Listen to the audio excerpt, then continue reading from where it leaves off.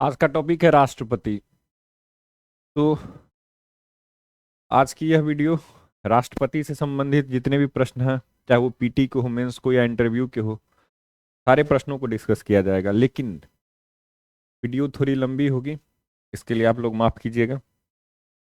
अब हम लोग एक लाइन से देखेंगे कि क्या क्या हम लोग इस वीडियो में पढ़ने जा रहे हैं। तो सबसे पहले हम लोग राष्ट्रपति की सूचियों को देखने जा रहे हैं, फिर राष्ट्रपति से संबंधित अनुच्छेदों को देखेंगे, फिर राष्ट्रपति से संबंधित जो भी इम्पोर्टेंट अनुच्छेद हैं उन्हें थोड़ा डीपली पढ़ेंगे। इसके साथ ही साथ मेंस पोर्शन के लिए जो राष्ट्रपति की शक्तियां हैं, कार्य हैं, इन इन मुद्दों को रखा गया है। अब आप जानना चाहेंगे कि किस तरह से ये वीडियो इस वीडियो को, इसके पीपीटी को तैयार किया गया है। तो आप पीपीटी देख सकते हैं कि कितने मेहनत से तैयार किया गया आप लोगों के लिए। तो एक एक चीज़ को इसमें ध्यान में रखा गया है। काफ़ी दिनों से इस कंटेंट को तैयार करने का कार्य चल रहा था। तो हम बात करेंगे धीरे धीरे, इसमें सारे प्रश्नों को डिस्कस करेंगे। ठीक है, तो कुछ इस तरह से पीपीटी डिजाइन किया गया है। चलिए प्रारंभ करते हैं हम लोग प्रारंभ से। जो सबसे पहला है राष्ट्रपतियों की सूची। अब सूची से हम लोग प्रारंभ करते हैं। पहले देख लेते हैं कि कौन से राष्ट्रपति कितने नंबर के राष्ट्रपति हैं और उनका कार्यकाल क्या है। तो सबसे पहले डॉक्टर राजेंद्र प्रसाद हैं। उनका कार्यकाल 1950 से 1962 तक है। फिर आते हैं सर्वपल्ली राधाकृष्णन जी। डॉक्टर सर्वपल्ली राधाकृष्णन जी का जो टाइम पीरियड है वो है 1962 से लेकर के 1967 तक। इसके बाद 1967 से 69 तक डॉक्टर जाकिर हुसैन रहते हैं। फिर आते हैं श्री वाराह वेंकट गिरी, 1969 से 1974 तक। इनके बाद डॉक्टर फकरुद्दीन अली अहमद आते हैं, 1974 से 1977 तक। ये जो टाइम पीरियड है, ये टाइम पीरियड है जब इमरजेंसी लगा था। तो आपसे अगर प्रश्न पूछा जाए कि इमरजेंसी के टाइम में कौन थे, तो डॉक्टर फकरुद्दीन अली अहमद थे भारत के राष्ट्रपति। ठीक है। फिर आते हैं श्री नीलम संजीवा रेड्डी, 1977 से 1982 तक रहे। इनके बाद ज्ञानी जेल सिंह आए, 1982 से 1987 तक। फिर आते हैं रामास्वामी वेंकट रमन। इनका टाइम पीरियड 1987 से 1992 तक था। फिर आते हैं डॉक्टर शंकर दयाल शर्मा। इनका टाइम पीरियड 1992 से 1997 तक रहा। फिर आते हैं श्री के आर नारायणन। इनका टाइम पीरियड 1997 से 2002 तक रहा। फिर 2002 से डॉक्टर एपीजे अब्दुल कलाम आते हैं, 2002 से 2007 तक इनका टाइम पीरियड है। फिर 12वें नंबर पे, ये याद रखिएगा कि 11वें नंबर पे आते हैं डॉक्टर एपीजे अब्दुल कलाम जी। उसके बाद श्रीमती प्रतिभा देवी सिंह पाटिल आती हैं 2007 से लेकर के 2012 तक, और ये 12वीं राष्ट्रपति होती हैं। फिर 13वें राष्ट्रपति श्री प्रणब मुखर्जी रहते हैं 2012 से 2017 तक, और 2017 से 2022 तक, ये याद रखेंगे, 2017 से 2022 तक के लिए श्री रामनाथ कोविंद जी रहते हैं। और 2022 से कंटिन्यू करती हैं श्रीमती द्रौपदी मुर्मू, जो कि भारत की 15वीं राष्ट्रपति हैं। तो 15वीं राष्ट्रपति हैं। और इनका जो इलेक्शन था वो था 16वां इलेक्शन। ये याद रखिएगा, कौन सा चुनाव था? 16वां चुनाव था, और ये 15वीं राष्ट्रपति हैं, वर्तमान समय में कार्यरत है। ठीक है, चलिए अब आगे आते हैं। राष्ट्रपति से संबंधित जितने भी अनुच्छेद हैं जिनमें राष्ट्रपति का इंपॉर्टेंट रोल है, वो सारे अनुच्छेदों को देखने जा रहे हैं। अब एक कंसेप्ट आप याद रखिएगा, एक छोटा सा है, पकानी कोका दुयो दशम। पकानी कोका दुयो दशम। पकानी कोका दुयो दशम। कोका दुयो दशम। ठीक है। और आक छ। आक छ। अब इस तरह से आप याद रखेंगे कि प से क्या होता है? पद। तो भारत के राष्ट्रपति का जो पद है, वो पद की चर्चा हुई है अनुच्छेद 52 में। फिर आता है कार्यकारी शक्ति, यानी कि ये जो नियुक्तियां करते हैं, तो कार्यपालक के रूप में जो इनकी कार्यकारी शक्ति है वो है अनुच्छेद 53 के अंतर्गत। फिर निर्वाचन है और उसके बाद कोटा है। निर्वाचन 54 में है और कोटा जिस जो तरीका है, जो रीति है चुनाव की, वो 55 में है। फिर आता है कार्यकाल। ये वाला जो पकानी कोका दुयो दशम आक छ, ये वाला जो है ये आप 10 बार 20 बार अगर आप पढ़ते हैं तो आपको ये याद हो जाएगा। और याद रखेंगे कि अगर प्रश्न पूछा जाता है तो राष्ट्रपति से आपका एक भी अनुच्छेद नहीं छूटेगा, जो भी इंपॉर्टेंट है वो आपको इसी से याद हो जाएगा। तो पकानी कोका दुयो दशम आक छ। फिर आता है कार्यकाल 56, अनुच्छेद 56 के अंतर्गत कार्यकाल है, ये याद रखेंगे कार्यकाल। फिर दोबारा निर्वाचन के लिए, पुनर्निर्वाचन के लिए योग्यता अनुच्छेद 57 के तहत है। उसके बाद राष्ट्रपति का चुनाव लड़ने की योग्यता, ये जो योग्यता है ये याद रखेंगे 58 के अंतर्गत है। राष्ट्रपति पद के लिए क्या क्या शर्त है, यानी जो दशा है, दशा और शर्त, ये याद रखेंगे। दशा शर्त ये अनुच्छेद 59 के अंतर्गत है। फिर आता है राष्ट्रपति का शपथ। राष्ट्रपति का शपथ कितना में है, तो 60 में, अनुच्छेद 60 के अंतर्गत शपथ है। फिर महाभियोग, ये जो राष्ट्रपति पे महाभियोग लगता है ये अनुच्छेद 61 के तहत लगता है। इसके बाद है आ और अक्ष, ये दो चीज याद रखेंगे, आ और अक्ष, ये याद रखेंगे। महाभियोग के बाद ये आ और अक्ष, ठीक है। तो चुनाव का आयोजन ये याद रखेंगे किसमें है, राष्ट्रपति कार्यकाल की रिक्ति को भरने के लिए, यानी कि आकस्मिक मृत्यु हो जाने के, अगर आकस्मिक मृत्यु हो जाए या फिर पद खाली हो जाए तो वो कौन सा है, अनुच्छेद 62, ठीक है। और एक है क्षमादान, ये अलग से आपको याद रखना होगा, अनुच्छेद 72, अनुच्छेद 72, ठीक है। तो ये याद रखेंगे। अब उपराष्ट्रपति वाला जो आप देखते हैं सूची, उस अनुच्छेद वाला जो देखते हैं अनुच्छेद, उपराष्ट्रपति वाला अनुच्छेद, उसमें एक अनुच्छेद है अनुच्छेद 65, ये याद रखेंगे। अनुच्छेद 65, इसमें क्या बताया गया है कि उपराष्ट्रपति राष्ट्रपति के रूप में जो कार्य करेंगे, यानी कि राष्ट्रपति के कार्य या फिर राष्ट्रपति के शक्ति का जो आनंद लेंगे, वो किस में है, वो है अनुच्छेद 65 में। कि उपराष्ट्रपति अगर राष्ट्रपति के रूप में कार्य करेंगे तो अनुच्छेद 65 में, एक ये याद रखेंगे। फिर एक 71 याद रखेंगे। अनुच्छेद 71 में क्या है कि सुप्रीम कोर्ट ही केवल जांच कर सकती है राष्ट्रपति या उपराष्ट्रपति के निर्वाचन से संबंधित जितने भी विवाद होंगे, जितने भी शंकाएं होंगी, उनकी जांच कौन करेगा, सुप्रीम कोर्ट, ठीक है। इसके बाद है अनुच्छेद 72 में बता चुके हैं कि क्षमादान है, अनुच्छेद 72। फिर राष्ट्रपति को सलाह देने के लिए मंत्रिपरिषद होगी और मंत्रिपरिषद के शीर्ष पर प्रधानमंत्री होंगे, ये कौन सा है, तो मंत्रिपरिषद के बारे में अनुच्छेद 74, ये याद रखेंगे, ठीक है। और मंत्री, जितने भी मंत्री हैं वो पहले क्या करते थे, मंत्रियों का काम होता था राजा को रिपोर्ट करना, तो उसी तरह से वर्तमान समय में राष्ट्रपति को कौन रिपोर्ट करते हैं, तो मंत्रियों का समूह, और उन समूह के जो मेन लीडर हैं वो है प्रधानमंत्री। फिर अनुच्छेद 78 में प्रधानमंत्री का ये कर्तव्य बता दिया गया है कि आपको सूचना देनी है, जानकारी देनी है, ठीक है, ये राष्ट्रपति को देनी है, अनुच्छेद 78 के अंतर्गत। फिर 86 और 87 दो अनुच्छेद है। 86 में अभिभाषण है, और अभिभाषण विशेष अगर अभिभाषण हो या संदेश हो, अगर संसद को वो करते हैं, अगर देते हैं संसद में, तो ये राष्ट्रपति का अधिकार है अनुच्छेद 86 के तहत। अगर कभी स्पेशल अगर अभिभाषण देते हैं तो वो है अनुच्छेद 87 के तहत, ये ध्यान में रखेंगे, ठीक है। फिर राष्ट्रपति का ये इतना तक था। इसके बाद अध्यादेश वाला जो पावर है अनुच्छेद 123 में, वीटो वाला भी एक पावर है अनुच्छेद 111 में, ये याद रखेंगे। राष्ट्रपति के वीटो का जो पावर है वो किस में है, तो वीटो है अनुच्छेद 111 में, ठीक है।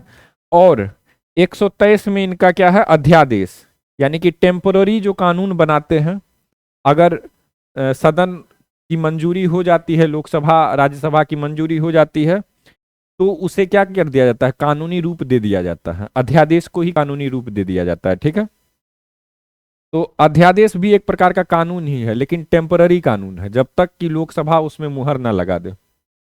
फिर है उच्चतम अनुच्छेद 143 के अंतर्गत सलाह लेने की शक्ति है इनके पास, कि ये कभी भी सलाह मांग सकते हैं सुप्रीम कोर्ट के जजों से। ठीक है, तो ये याद रखेंगे। चलिए अब आते हैं, ये तो था जो भी राष्ट्रपति से संबंधित अनुच्छेद है। अब आते हैं राष्ट्रपति से संबंधित महत्वपूर्ण तथ्य। जब हम लोग स्टार्ट करने जा रहे हैं जिस टॉपिक को, उस टॉपिक में इन शब्दों, इन सेंटेंसों से आपको बहुत कुछ देखने को मिलेगा। तो एक बार जो महत्वपूर्ण है उसे एक जगह देख लेते हैं। ठीक है, चलिए सबसे पहला है कि भारत के राष्ट्रपति भारत गणराज्य के कार्यपालक अध्यक्ष होते हैं। यानी कि कार्यकारी शक्ति इन्हें कौन सा अनुच्छेद में मिलता है, तो अनुच्छेद 53 के अंतर्गत इन्हें कार्यकारी शक्ति इनको दिया गया है, और यही मुख्य कार्यपालक हैं, जो कि संघ के सभी कार्यों इनके ही नाम से होते हैं। जिनके जितना भी संघ केंद्र सरकार का कार्य होगा वो सारे कार्य इन्हीं के नाम से किया जाएगा। साथ ही साथ वो भारतीय सशस्त्र सेनाओं का भी सर्वोच्च सेना नायक होते हैं। ठीक है, युद्ध, संधि आदि, आपातकाल, इन सभी मामलों में इन्हीं के सिग्नेचर से काम होगा। चाहे युद्ध लड़ना हो, शांति करना हो, आपातकाल हो, जो भी हो, सारे की घोषणा करने की शक्ति किनके पास है, तो घोषणा करने की शक्ति राष्ट्रपति महोदय के पास है। ठीक है, फिर वह देश के प्रथम नागरिक हैं। साथ ही साथ जो भी राष्ट्रपति होते हैं भारत के, उनका भारतीय नागरिक होना ये भी अत्यंत आवश्यक है, ये भी ध्यान में रखेंगे। अच्छा, सिद्धांततः राष्ट्रपति के पास ही पूरी पावर होती है। अगर आप देखेंगे तो संविधान राष्ट्रपति को ढेर सारा पावर दिया है, लेकिन पावर को एंजॉय कौन करता है, तो प्रधानमंत्री। क्यों? क्योंकि प्रधानमंत्री शासन के प्रमुख होते हैं। शासन प्रमुख होते हैं प्रधानमंत्री, और राज्य प्रमुख होते हैं राष्ट्रपति। भारत को एक राज्य के रूप में अगर हम लोग देखते हैं तो राज्य प्रमुख कौन हो जाते हैं, राष्ट्रपति। ठीक है, राज्य प्रमुख राष्ट्रपति। अब आते हैं भारत के राष्ट्रपति कहाँ निवास करते हैं, तो राष्ट्रपति भवन में। ये कहाँ पे है, तो रायसीना हिल में। ठीक है, चलिए फिर आगे है राष्ट्रपति अधिकतम जितनी बार चाहे उतनी बार चुनाव लड़ सकते हैं। ठीक है, तो कोई यहाँ पर कोई प्रतिबंध नहीं है, तो कितनी भी बार पद पर रह सकते हैं। ठीक है, फिर प्रतिभा पाटिल, श्रीमती प्रतिभा पाटिल जो है वो 12वीं, और द्रौपदी मुर्मू जो है वो 15वीं राष्ट्रपति हैं। अब एक चीज और भी याद रखना है, वो है कि भारत के अंदर राष्ट्रपति अगर हैं, भारत के अंदर अगर राष्ट्रपति हैं, तो उनके लिए संबोधन क्या होगा, उनके लिए क्या संबोधन होगा, ऑनरेबल,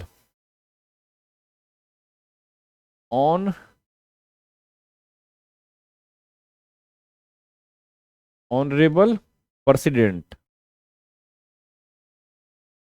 ऑनरेबल प्रेसिडेंट। ठीक है, तो ऑनरेबल प्रेसिडेंट भारत के अंदर। अब भारत के बाहर अगर वो जाते हैं, कहीं भी जाएंगे भारत के बाहर, तो हिज या हर एक्सीलेंसी, हिज या हर एक्सीलेंसी। ठीक है, और अगर वो किसी कॉमनवेल्थ नेशन में जाते हैं तो वहां पर द ऑनरेबल, याद रखेंगे, वहां पर केवल द ऑनरेबल, द ऑनरेबल। ठीक है, तो ये याद रखेंगे। अब आते हैं आगे राष्ट्रपति। अब एक एक करके अनुच्छेदों के तहत समझेंगे। अब राष्ट्रपति याद रखेंगे कि संसदीय व्यवस्था में राष्ट्रपति होते क्या हैं, तो कार्यपालिका के प्रधान होते हैं। यानी कि कार्यपालिका यानी क्या, मंत्रियों का, मंत्रियों का कार्य क्या होता है, तो मंत्रियों का कार्य होता है नियम को लागू करवाना। साथ ही साथ विधायिका, विधायिका का कार्य क्या होता है, कानून बनाना। तो कानून बनाना विधायिका का कार्य है, लेकिन कानून को लागू करवाना मंत्रियों का काम है। तो भारत में कौन सी व्यवस्था है, तो भारत में संसदीय व्यवस्था है। अमेरिका में कौन सी व्यवस्था है, अध्यक्षीय व्यवस्था है। वहां पे राष्ट्रपति अध्यक्ष के रूप में जाने जाते हैं, लेकिन भारत में राष्ट्रपति राज्य के अध्यक्ष होते हैं। राष्ट्राध्यक्ष होते हैं, ठीक है, शासनाध्यक्ष नहीं होते हैं। तो याद रखेंगे कि संसदीय व्यवस्था में, ये याद रखेंगे, संसदीय व्यवस्था में कार्यपालिका, जो भी कार्यपालिका है, जो भी मंत्री हैं, वो अगर कोई कार्य करते हैं तो उन कार्यों के लिए उन्हें किसके प्रति उत्तरदायी होना होता है? विधायिका। विधायिका अर्थात संसद, संसद या फिर आप विधानमंडल कह सकते हैं, ठीक है, विधानमंडल। तो यहां पर तो बात हो रही है संसद की, चूंकि भाग 5 के अंतर्गत आता है। भाग 5 के अंतर्गत राष्ट्रपति महोदय का जितने भी अनुच्छेद है वो आता है। तो संघ की कार्यपालिका याद रखेंगे किसमें है? भाग 5 में। अब यहां पे क्या समझना है? यहां पे ये समझना है कि संसदीय व्यवस्था में कार्यपालिका अपनी नीतियों और कार्यों के लिए विधायिका के प्रति उत्तरदायी होता है। तो यहां पर अगर राष्ट्रपति महोदय हैं, वो संघ के कार्यपालिका के मेंबर के रूप में हैं। कार्यपालिका, संघ की कार्यपालिका में कौन कौन आते हैं? तो राष्ट्रपति आते हैं, उपराष्ट्रपति आते हैं, प्रधानमंत्री और मंत्रिपरिषद आते हैं, महान्यायवादी आते हैं, ठीक है। भारत में चूंकि संसदीय व्यवस्था है, इसीलिए यहां पर जवाबदेही तय कर दी गई है, ठीक है। कार्यपालिका और विधायक, कार्यपालिका को विधायिका के प्रति जवाबदेह बनाया गया है। लेकिन जब अमेरिका की बात करते हैं तो वहां पे ऐसा कोई सिस्टम है नहीं। मंत्री अपने अनुसार से कार्य करते हैं और विधायिका जो कानून चाहती है वो अपने अनुसार से बना देती है, ठीक है। अब आते हैं अनुच्छेद के, अनुच्छेद 52 में राष्ट्रपति का एक पद सृजित किया गया है। अनुच्छेद 53 में उन्हें पावर दी गई है कि वो कार्य, संघ की कार्यपालिका शक्ति, जितनी भी कार्यपालिका शक्ति है वो सारे किसमें निहित होगी? वो राष्ट्रपति में निहित होगी, ठीक है। और वो अपने अधिकारियों के द्वारा, अपने अधीनस्थ या स्वयं या अपने अधीनस्थ अधिकारियों के द्वारा वो कार्य करवाएंगे। अगर प्रधानमंत्री कहीं दौरा पे जाते हैं, किसी विदेश, कहीं विदेश में विजिट करते हैं, कोई एमओयू साइन करते हैं, तो वहां पर जो साइन होता है वो लास्ट साइन किनका होता है? वो लास्ट साइन राष्ट्रपति महोदय का ही होता है, ठीक है। राष्ट्रपति महोदय स्वयं भी विजिट करते हैं बहुत सारे देशों में। चलिए, अब कार्यपालिका, कार्यपालिका होती क्या है तो हम लोग देख चुके हैं। संघ के कार्यपालिका में कौन कौन आता है। अब संसदीय सरकार अनुच्छेद 74 और अनुच्छेद 75 के तहत पता चलता है कि भारत में संसदीय व्यवस्था है, संसदीय सरकार है, ठीक है, क्योंकि यहां मंत्री परिषद है। मंत्री परिषद के शीर्ष पर प्रधानमंत्री होते हैं। फिर संघ की कार्यपालिका अनुच्छेद 52 से लेकर के अनुच्छेद 78 तक ये दे दी गई है अनुच्छेद में, ये भी ध्यान में रखेंगे। राज्य के बारे में बात करें तो राज्य में राज्यपाल, मुख्यमंत्री और मंत्रिपरिषद और महाधिवक्ता। इसके साथ साथ जो संसदीय सरकार है राज्य की कार्यपालिका का, उसमें अनुच्छेद 163 और अनुच्छेद 164 के अंतर्गत दिया गया है। साथ ही साथ राज्य की कार्यपालिका अनुच्छेद 153 से अनुच्छेद 167 तक वर्णित है, ठीक है। अब आगे आते हैं राष्ट्रपति का चुनाव। तो अनुच्छेद 52 देख लिए राष्ट्रपति का पद, अनुच्छेद 53 देख लिए कार्यकारी शक्ति का जो राष्ट्रपति में निहित होना। अब अनुच्छेद 54 देखते हैं, 53 के बाद अनुच्छेद 54, राष्ट्रपति के निर्वाचक मंडल। राष्ट्रपति का जब चुनाव होता है तो उसमें कौन कौन वोट करते हैं, कौन कौन उस मंडल में शामिल होंगे। ये एक प्रकार से मंडल है, इसमें बहुत अनेक प्रकार के लोग हैं यहाँ बैठे हुए। कोई है जो संसद के दोनों सदनों के निर्वाचित सदस्य हैं यहाँ पे, कोई विधान सभाओं के निर्वाचित सदस्य भी हैं, वो भी आएंगे चुनाव में भाग लेने के लिए, ठीक है, वोट देने के लिए, ठीक है। इसके अतिरिक्त केंद्र शासित प्रदेश की विधान मंडलों के सदस्य भी हैं, वो भी आएंगे। तो इस प्रकार से एक निर्वाचक गणों का समूह बनेगा। और ये व्यवस्था कहां से ली गई है? ये व्यवस्था आयरलैंड से ली गई है, तो ये ध्यान में रखेंगे। राष्ट्रपति के निर्वाचक मंडल का वर्णन किस अनुच्छेद में है? अनुच्छेद 54 में है। कहां से ली गई है राष्ट्रपति के निर्वाचक मंडल का कंसेप्ट? तो आयरलैंड से, ठीक है। अब जो भी राष्ट्रपति के निर्वाचक मंडल में शामिल होते हैं, जो भी सदस्य शामिल होते हैं, केवल वही राष्ट्रपति के चुनाव में मतदान करेंगे, ठीक है। तो ये ध्यान में रखेंगे। अब एक अनुच्छेद या एक अधिनियम एक्ट याद रखना है, 70वां संविधान संशोधन अधिनियम 1992। अब इसके अनुसार क्या किया गया है, तो राष्ट्रपति के निर्वाचक मंडल में केंद्र शासित प्रदेशों की विधान मंडलों के सदस्यों को शामिल किया गया था। तो ये ध्यान में रखेंगे कि कौन से संविधान संशोधन के तहत, दिल्ली और पुदुचेरी, दिल्ली और पुदुचेरी ये दो केंद्र शासित प्रदेश के बारे में याद रखेंगे।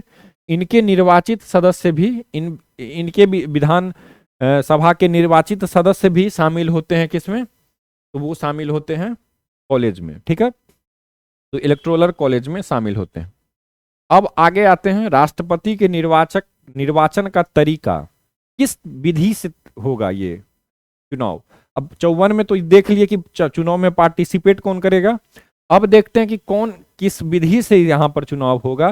तो यहां पर दो चीज याद रखेंगे, एकल संक्रमणीय मत पद्धति, सिंगल ट्रांसफरेबल वोट सिस्टम, आगे समझेंगे कि ये क्या होता है। इसके बाद है अनुपातिक प्रतिनिधित्व प्रणाली, यानी कि प्रोपोर्शनल रिप्रेजेंटेशन सिस्टम। ये दो प्रकार की चीजें को शामिल की जाती हैं, दो प्रकार की विधियां हैं, ठीक है। अब देखते हैं, भारतीय संविधान के अनुच्छेद 55 में भारतीय राष्ट्रपति के निर्वाचन पद्धति को वर्णित किया गया है। कौन सा अनुच्छेद है, अनुच्छेद 55। अब यहां पे क्या कहा गया है, यहां पे बताया गया है कि राष्ट्रपति का निर्वाचन कैसे होगा, अनुपातिक प्रतिनिधित्व पद्धति के अनुसार एकल संक्रमणीय मत द्वारा होगा, और ऐसे निर्वाचन में मतदान गुप्त होगा। ये ध्यान में रखेंगे, मतदान भी कैसा होगा, गुप्त होगा, ठीक है। अर्थात भारतीय राष्ट्रपति के निर्वाचन में दो पद्धतियों को अपनाया जाता है, दो पद्धतियों को अपनाया जाता है, ठीक है। अब एक चीज और ध्यान में रखेंगे, आगे हम लोग बात करेंगे कि कौन क्या क्या कैसे कैसे है, आगे बहुत सारी चीजों को डिस्कस करना है। अभी के लिए ये याद रखेंगे कि अनुच्छेद 55 के अनुसार राष्ट्रपति का निर्वाचन एकल संक्रमणीय अनुपातिक मत पद्धति से होता है। इसे क्या बोला जाता है, इसे थॉमस हेयर ने ये सिस्टम जो है ये प्रारंभ किया था, थॉमस हेयर।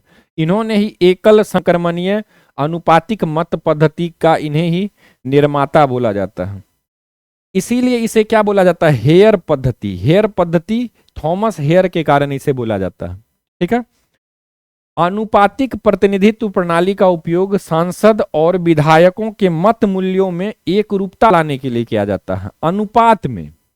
यहां पे आप देखे थे जब कॉलेज में हम बात करे थे कि कॉलेज में अलग अलग व्यक्ति होते हैं, मेंबर ऑफ पार्लियामेंट भी होते हैं, सांसद जो कि लोकसभा और राज्यसभा से आते हैं, विधान सभाओं से भी पहुंचते हैं, वहां पर निर्वाचित सदस्य यानी कि एमएलए भी होते हैं। तो अब एमएलए भी वोट करेंगे और एमपी भी वोट करेंगे, तो किस प्रकार से दोनों को मैनेज किया जाए, क्या दोनों को एक बराबर मान लिया जाए या दोनों को अलग अलग माना जाए, किस प्रकार से सिस्टम होगा, यही है एकल संक्रमणीय मत पद्धति, ठीक है। अब एक चीज याद, इसमें ये चीज याद रखेंगे कि हमारे जो जनरल इलेक्शन आम चुनाव होते हैं, जो आम चुनाव होते हैं वहां पर एक व्यक्ति 1 पर्सन 1 वोट के बराबर होता है, लेकिन यहां पे ये सिस्टम नहीं है। इसीलिए यहां पर कौन सा सिस्टम लिया गया है, तो इसीलिए यहां पर एकल संक्रमणीय अनुपातिक मत पद्धति लिया गया है कि एमएलए और एमपी दोनों को एक बराबर कैसे मान सकते हैं, तो दोनों का वोट मूल्य अलग होगा, लेकिन जितने एमपी हैं, जितने मेंबर ऑफ पार्लियामेंट हैं और जितने मेंबर ऑफ यानी कि जितने एमएलए हैं, उन दोनों को बराबर कर दिया गया है, ठीक है, उन दोनों को बराबर कर दिया गया है। अब एमपी कितने हैं, तो आप जानते होंगे 543 ये आपको लोकसभा में है मेंबर एमपी हैं, और 233 ये राज्यसभा में एमपी हैं, तो यानी कि टोटल एमपी कितने हो गए, तो 776। तो 776 एमपी, और एमएलए तो काफी हैं, एमएलए तो काफी सारे हैं, 4000 के आसपास हैं, तो 4000 4100 के आसपास मान लीजिए। अगर ऐसे भी 4000 भी माने तो भी क्या देखते हैं, यहां पर ये 1000 भी नहीं है और यहां ये 4000 है, तो दोनों को बराबर कैसे किया जाएगा, तो इसीलिए वोट मूल्य, वोट वैल्यू वोट वैल्यू का कंसेप्ट है यहां पर। वोट का वैल्यू यहां पर देखा जाएगा। वोट तो है ही, वोट तो यहाँ पे 4,000 है, यहाँ पे 776 है, लेकिन वोट का वैल्यू निकाला जाएगा। ठीक है, तो ये ध्यान में रखेंगे। अब आते हैं आगे, वोट वैल्यू को भी देखेंगे कैसे कैसे है। अब आते हैं राष्ट्रपति के चुनाव पे। तो राष्ट्रपति, भारत के राष्ट्रपति का चुनाव अनुच्छेद 355 के अनुसार, देखिए मैं प्रयास करता हूं कि कम समय में आप लोगों को ज्यादा से ज्यादा चीज बताऊं, इसीलिए मैं क्या करता हूं, इसे टाइप करके बाकायदा एक पीपीटी के फॉर्म में आपको लेके आता हूं। नहीं तो चाहूं तो आपको बिना किसी स्क्रिप्ट के भी मैं आपको बता सकता हूं, लेकिन मैं चाहता हूं कि कम समय में सब कुछ लिखा हुआ हो तो फास्ट रीडिंग दे करके आप लोगों को समझा दिया जाए, ताकि आप भी उससे कम समय में बहुत कुछ सीख सकें।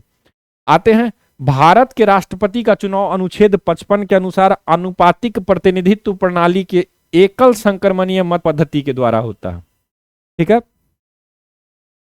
भारत को, सॉरी, राष्ट्रपति को भारत के संसद के दोनों सदनों, लोकसभा और राज्यसभा, तथा साथ ही साथ राज्य की विधायकों यानी कि विधायिकाओं यानी कि विधानसभाओं के निर्वाचित सदस्यों द्वारा 5 वर्ष की अवधि के लिए चुना जाता है।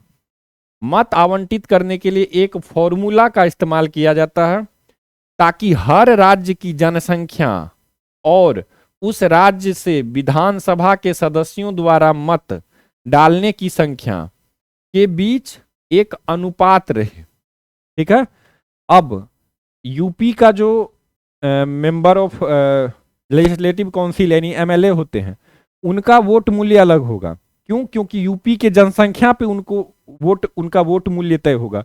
बिहार की जनसंख्या पे बिहार के एमएलए का वोट मूल्य तय होगा। ठीक है, बिहार के एमएलए का वोट मूल्य कितना है? तो 173 है। ठीक है, और यूपी का है 208। ये क्यों है? क्योंकि जनसंख्या ज्यादा है, वहां जनसंख्या ज्यादा है। इसी प्रकार से महाराष्ट्र में है। ठीक है, तो अलग अलग आप देखते हैं कि महाराष्ट्र में 174 है शायद। ठीक है, तो आप देखते हैं कि जनसंख्या के हिसाब से क्या होता है, एमएलए का वोट वैल्यू तय किया जाता है। ठीक है, अब आते हैं, ताकि क्या हो, एक अनुपात बना रहे मेंबर ऑफ पार्लियामेंट और वहां के जनसंख्या के अनुपात में ये चीज रहे। ठीक है, और राज्य विधानसभाओं के सदस्यों और राष्ट्रीय सांसदों के बीच एक समान अनुपात बनी रहे। यहां पर भी, वहां पर अनुपात जनसंख्या देखना है राज्य की जनसंख्या भी हो, और उसी अनुपात में वहां पे एमएलए का वोट वैल्यू हो। एक तो ये देखा जाएगा, ये यहां पे अनुपात लिखा। ठीक है, लेकिन जब हम लोग एमएलए और एमपी में आएंगे, एमपी और एमएलए में आएंगे, तो वहां पे समान अनुपात, ये ध्यान में रखेंगे। एमपी और एमएलए में आएंगे तो वहां पर समान अनुपात में देखा जाएगा कि दोनों का अनुपात समान हो। क्यों? क्योंकि ये 776 है संख्या में, वो 4000 है संख्या में, तो वहां पे किसी प्रकार से समानता लाई जाए। ठीक है, दोनों का जो वोट वैल्यू होगा, ओवरऑल जितना होगा वोट वैल्यू, वो इक्वल ही होना चाहिए। ठीक है, अब आते हैं, अगर किसी उम्मीदवार को बहुमत प्राप्त नहीं होती है, तो अगर कोई उम्मीदवार हैं, राष्ट्रपति उम्मीदवार हैं, 2 व्यक्ति हैं, और यहां पर नियम है कि वोट वैल्यू का 50% से एक ज्यादा मिलना चाहिए। अगर नहीं मिल पा रहा है तो क्या होगा? शेयर होगा, वोट शेयर हो जाएगा, इनका वोट ट्रांसफर हो जाएगा। ठीक है, दिया जाता है, तो उनको मिले मत अन्य उम्मीदवारों को तब तक हस्तांतरित होता है जब तक किसी एक को बहुमत नहीं मिलता है। ठीक है, यानी कि राउंड वाइज पहले एमपी का वोट गिना जाएगा। जैसे यहाँ पे द्रौपदी मुर्मू जी हैं और यहाँ पर सिन्हा जी हैं, तो सबसे पहले चुनाव में और भी होंगे कैंडिडेट, अगर तो क्या होगा, जो सबसे कम जिनका वोट होगा उन्हें हटा दिया जाएगा और उनका वोट को इन तीनों को शेयर कर दिया जाएगा। फिर जो सबसे लास्ट में होंगे उनका वोट को हटा करके इन दोनों को शेयर कर दिया जाएगा, और इस प्रकार से तब तक शेयर किया जाएगा जब तक कि किन्हीं एक को 50% से ज्यादा वोट ना आ जाए। ठीक है, तो याद रखेंगे कि ये वाला कंसेप्ट यहां पर लागू होता है। ठीक है, तो ये वाला कंसेप्ट यहां पर लागू होता है। आगे आ जाते हैं, राष्ट्रपति बनने के लिए आवश्यक योग्यता, वो आगे भी हम लोग बात करेंगे। क्या क्या योग्यता है ये थोड़ा सा देख लेते हैं। 35 वर्ष आयु होनी चाहिए, ठीक है। साथ ही साथ 35, कम से कम 35 वर्ष का कोई नागरिक होना चाहिए, ये तो पहला है नियम। दूसरा है कि उम्मीदवार लोकसभा का सदस्य बनने लायक होने चाहिए। अब लोकसभा का सदस्य बनने लायक उनके पास योग्यता होनी चाहिए, ठीक है। अच्छा, लोकसभा के सदस्य बनने में क्या है कि वहां पे अच्छे से जिक्र किया हुआ है कि जैसे पागल नहीं होना चाहिए, दिवालिया नहीं होना चाहिए, इस तरह के बहुत सारे क्राइटेरिया हैं, ठीक है। तो लोकसभा के सदस्य बनने लायक उनकी योग्यता होनी चाहिए, और सरकार के अधीन कोई लाभ के पद पे नहीं होना चाहिए। अब लाभ का पद क्या है वो आगे हम लोग चर्चा करेंगे, और लाभ के पद में कौन सा पद नहीं आता है वो भी देखेंगे, ठीक है। चलिए, परंतु निम्नलिखित कुछ कार्यालय धारकों को राष्ट्रपति के उम्मीदवार के रूप में खड़ा होने की अनुमति दी गई है। अब आप लाभ के पद पे हैं, लेकिन इसे लाभ का पद नहीं माना गया है, इसे लाभ का पद नहीं माना गया है। आप वर्तमान राष्ट्रपति के उम्मीदवार हो, राष्ट्रपति रहते हुए भी आप चुनाव लड़ सकते हैं, ठीक है। तो जैसे राष्ट्रपति हैं, उपराष्ट्रपति हैं, और किसी भी राज्य के राज्यपाल हैं, या संघ या किसी राज्य के मंत्री हैं, तो इन्हें लाभ का पद नहीं माना जाता है, ठीक है। इन्हें लाभ का पद नहीं माना जाएगा, ये बात स्पष्ट रूप से समझ लें। अन्य कोई भी लाभ के पद पे होंगे तो आपको क्या है, चुनाव में खड़ा होने की अनुमति नहीं होगी, ठीक है। अब राष्ट्रपति के निर्वाचन संबंधी किसी भी विवाद में निर्णय लेने का अधिकार किन्हें है, तो सुप्रीम कोर्ट को है, याद रखेंगे, सुप्रीम कोर्ट को है, ठीक है, ये ध्यान में रखेंगे। चलिए आगे आते हैं, राष्ट्रपति के चुनाव की प्रक्रिया क्या है। तो चुनाव में सबसे पहले क्या होता है, नामांकन होता है। कोई भी व्यक्ति नॉमिनेशन, तो नॉमिनेशन में मतदान से पूर्व नामांकन यानी नॉमिनेशन का चरण आता है, जहां उम्मीदवार चुनाव में खड़े होने का इरादा प्रस्तुत करता है, और 50 प्रस्तावक, ये 50 प्रस्तावक और 50 समर्थक, यानी कि 100 या तो एमपी हो या एमएलए हो, उन्हें 100 व्यक्तियों का समर्थन चाहिए। तब उनकी जो सूची है वो भेजेंगे, उन लोगों की लिस्ट भेजेंगे कि ये व्यक्ति हैं जो कि मेरा समर्थन कर रहे हैं। 50 व्यक्ति प्रस्ताव दिए हैं कि इन्हें बनाया जाए, और 50 व्यक्ति सपोर्ट में है कि हाँ हाँ उन्हें बनाया जाए, ठीक है। तो इस प्रकार से 50 प्रस्तावक और 50 समर्थक। क्यों ऐसा किया गया, पहले कम ही था, पहले 20 ही था, ठीक है। लेकिन देखा गया कि 1974 में ऐसा देखा गया है, ये याद रखेंगे, 1974 में ऐसा देखा गया कि कई ऐसे उम्मीदवार थे जिनकी जीतने की संभावना बहुत कम थी, परंतु फिर भी वो नॉमिनेशन फाइल कर दिए, ठीक है। तो चुनाव आयोग को ऐसा लगा कि नहीं, अब थोड़ा नियम को चेंज किया जाना चाहिए, और तब से 1974 के बाद से 50 प्रस्तावक और 50 समर्थकों का कंसेप्ट लाया गया, ठीक है। ये प्रस्तावक और समर्थक जो भी हैं, ये प्रस्तावक और समर्थक टोटल 100 व्यक्ति हैं, ये ध्यान में रखेंगे।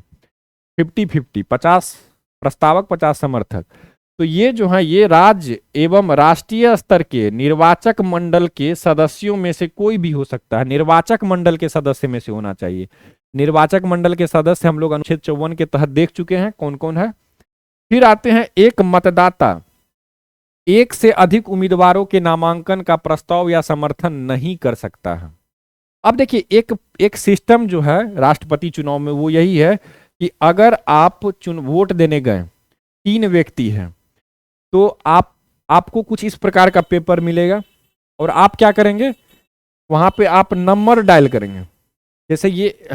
जैसे अगर द्रौपदी मुर्मू जी हैं, सिन्हा जी हैं, और कोई एक्स पर्सन है, 3 व्यक्ति हैं, तो अगर चुनाव होगा तो क्या करना होगा, अगर कोई व्यक्ति वोट करता है तो वो कैसे वोट करेगा, निर्वाचक मंडल का कोई सदस्य अगर वोट करेगा तो अनुच्छेद 54 वाला, तो वो अगर वोट करेगा तो वो कैसे करेगा, वो सबसे पहले प्रिफरेंस देगा, प्रिफरेंस वरीयता देगा कि किसको 1 नंबर पे रखना चाहते हैं, किसको 2 पे, किसको 3 पे।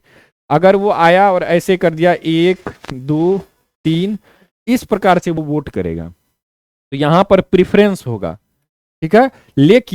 लेकिन यहां पे आपको ये चीज देखा गया है कि अगर आप समर्थक हैं या अनुमोदक हैं, तो किसी एक व्यक्ति का आप समर्थन कर सकते हैं, किसी एक व्यक्ति का आप प्रस्तावक बन सकते हैं, ठीक है। तो ये ध्यान में रखेंगे।